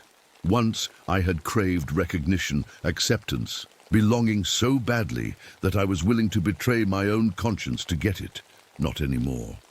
"Some will know," my grandmother said. "Some will remember. That is enough." I stumbled forward, my strength fading. 1 step, 2, 3, until I stood at the very edge of the pool. The entity reached for me with hands that were human and not human, its eyes wild with fear and rage. "Don't do this," it begged. "I can make you whole. I can give you what you've always wanted. Acceptance, belonging, a place in both worlds." I smiled through the pain. "I don't need a place in both worlds," I whispered. "I just need to do the right thing in this one." With the last of my strength, I fell forward into the pool. The entity screamed as my body, full of radiation and poison, crashed into it. My blood, my flesh, my bones, all transformed by years of exposure, became the final seal, the living lock on a door that had been open too long. The pain was beyond anything I could have imagined. Every cell in my body felt like it was burning, tearing apart, reforming into something else. The entity fought, clawing and biting, trying to escape the binding. But my grandmother was there, her spirit hands holding mine, her voice guiding me through the final verses of the song. And behind her, I could see others, ancestors I had never known, victims of the mines, the land itself taking human form. They joined their voices to mine. Together, we formed a chain of memory and determination that wrapped around the entity like unbreakable bands. With my last breath, I completed the binding. The pool hardened completely, turning black as obsidian. The entity's final scream was cut off suddenly, trapped inside the stone. I felt myself fading, my consciousness spreading out, becoming part of the land I had both betrayed and, in the end, protected. The last thing I heard was my grandmother's voice. "Rest now, grandson. You've chosen well. We will watch over this place together." 3 days later, a team of mining company executives arrived with government officials to investigate the mysterious collapse of mine number 5. They found the entrance sealed by what their instruments said was ordinary rock, though none of their equipment could cut through it. Peterson led the team, explaining to his bosses how the mine had been on the verge of a major find. "It was the strangest thing," he told them, staring at the sealed entrance with puzzled eyes. "The safety inspector, Joe Crowfeather, came in acting crazy, singing some native song, and then just disappeared. Next morning, the whole shaft had collapsed." "Probably on drugs," one of the executives said dismissively. "These people often would you find another inspector. We'll try a different approach, come at the deposit from the north side." But over the following months, strange things began to happen to the mining executives. Peterson developed an aggressive cancer that baffled his doctors. 2 board members died of mysterious radiation poisoning, though they had never visited the mines themselves. The company's headquarters in Phoenix reported unexplained equipment failures, black mold that grew overnight, and employees hearing voices in empty rooms. The new mine shaft they tried to dig collapsed 3 times before they gave up. On the reservation, the tribal council declared the area around mine number 5 sacred ground, off limits to development. They didn't explain why exactly, but sometimes, at night, people walking near the sealed mine entrance would see 2 figures standing guard, an old woman in traditional dress and a middle-aged man whose form seemed to shift in the moonlight between Navajo and white and something else entirely, and if you listened very carefully you could hear them singing.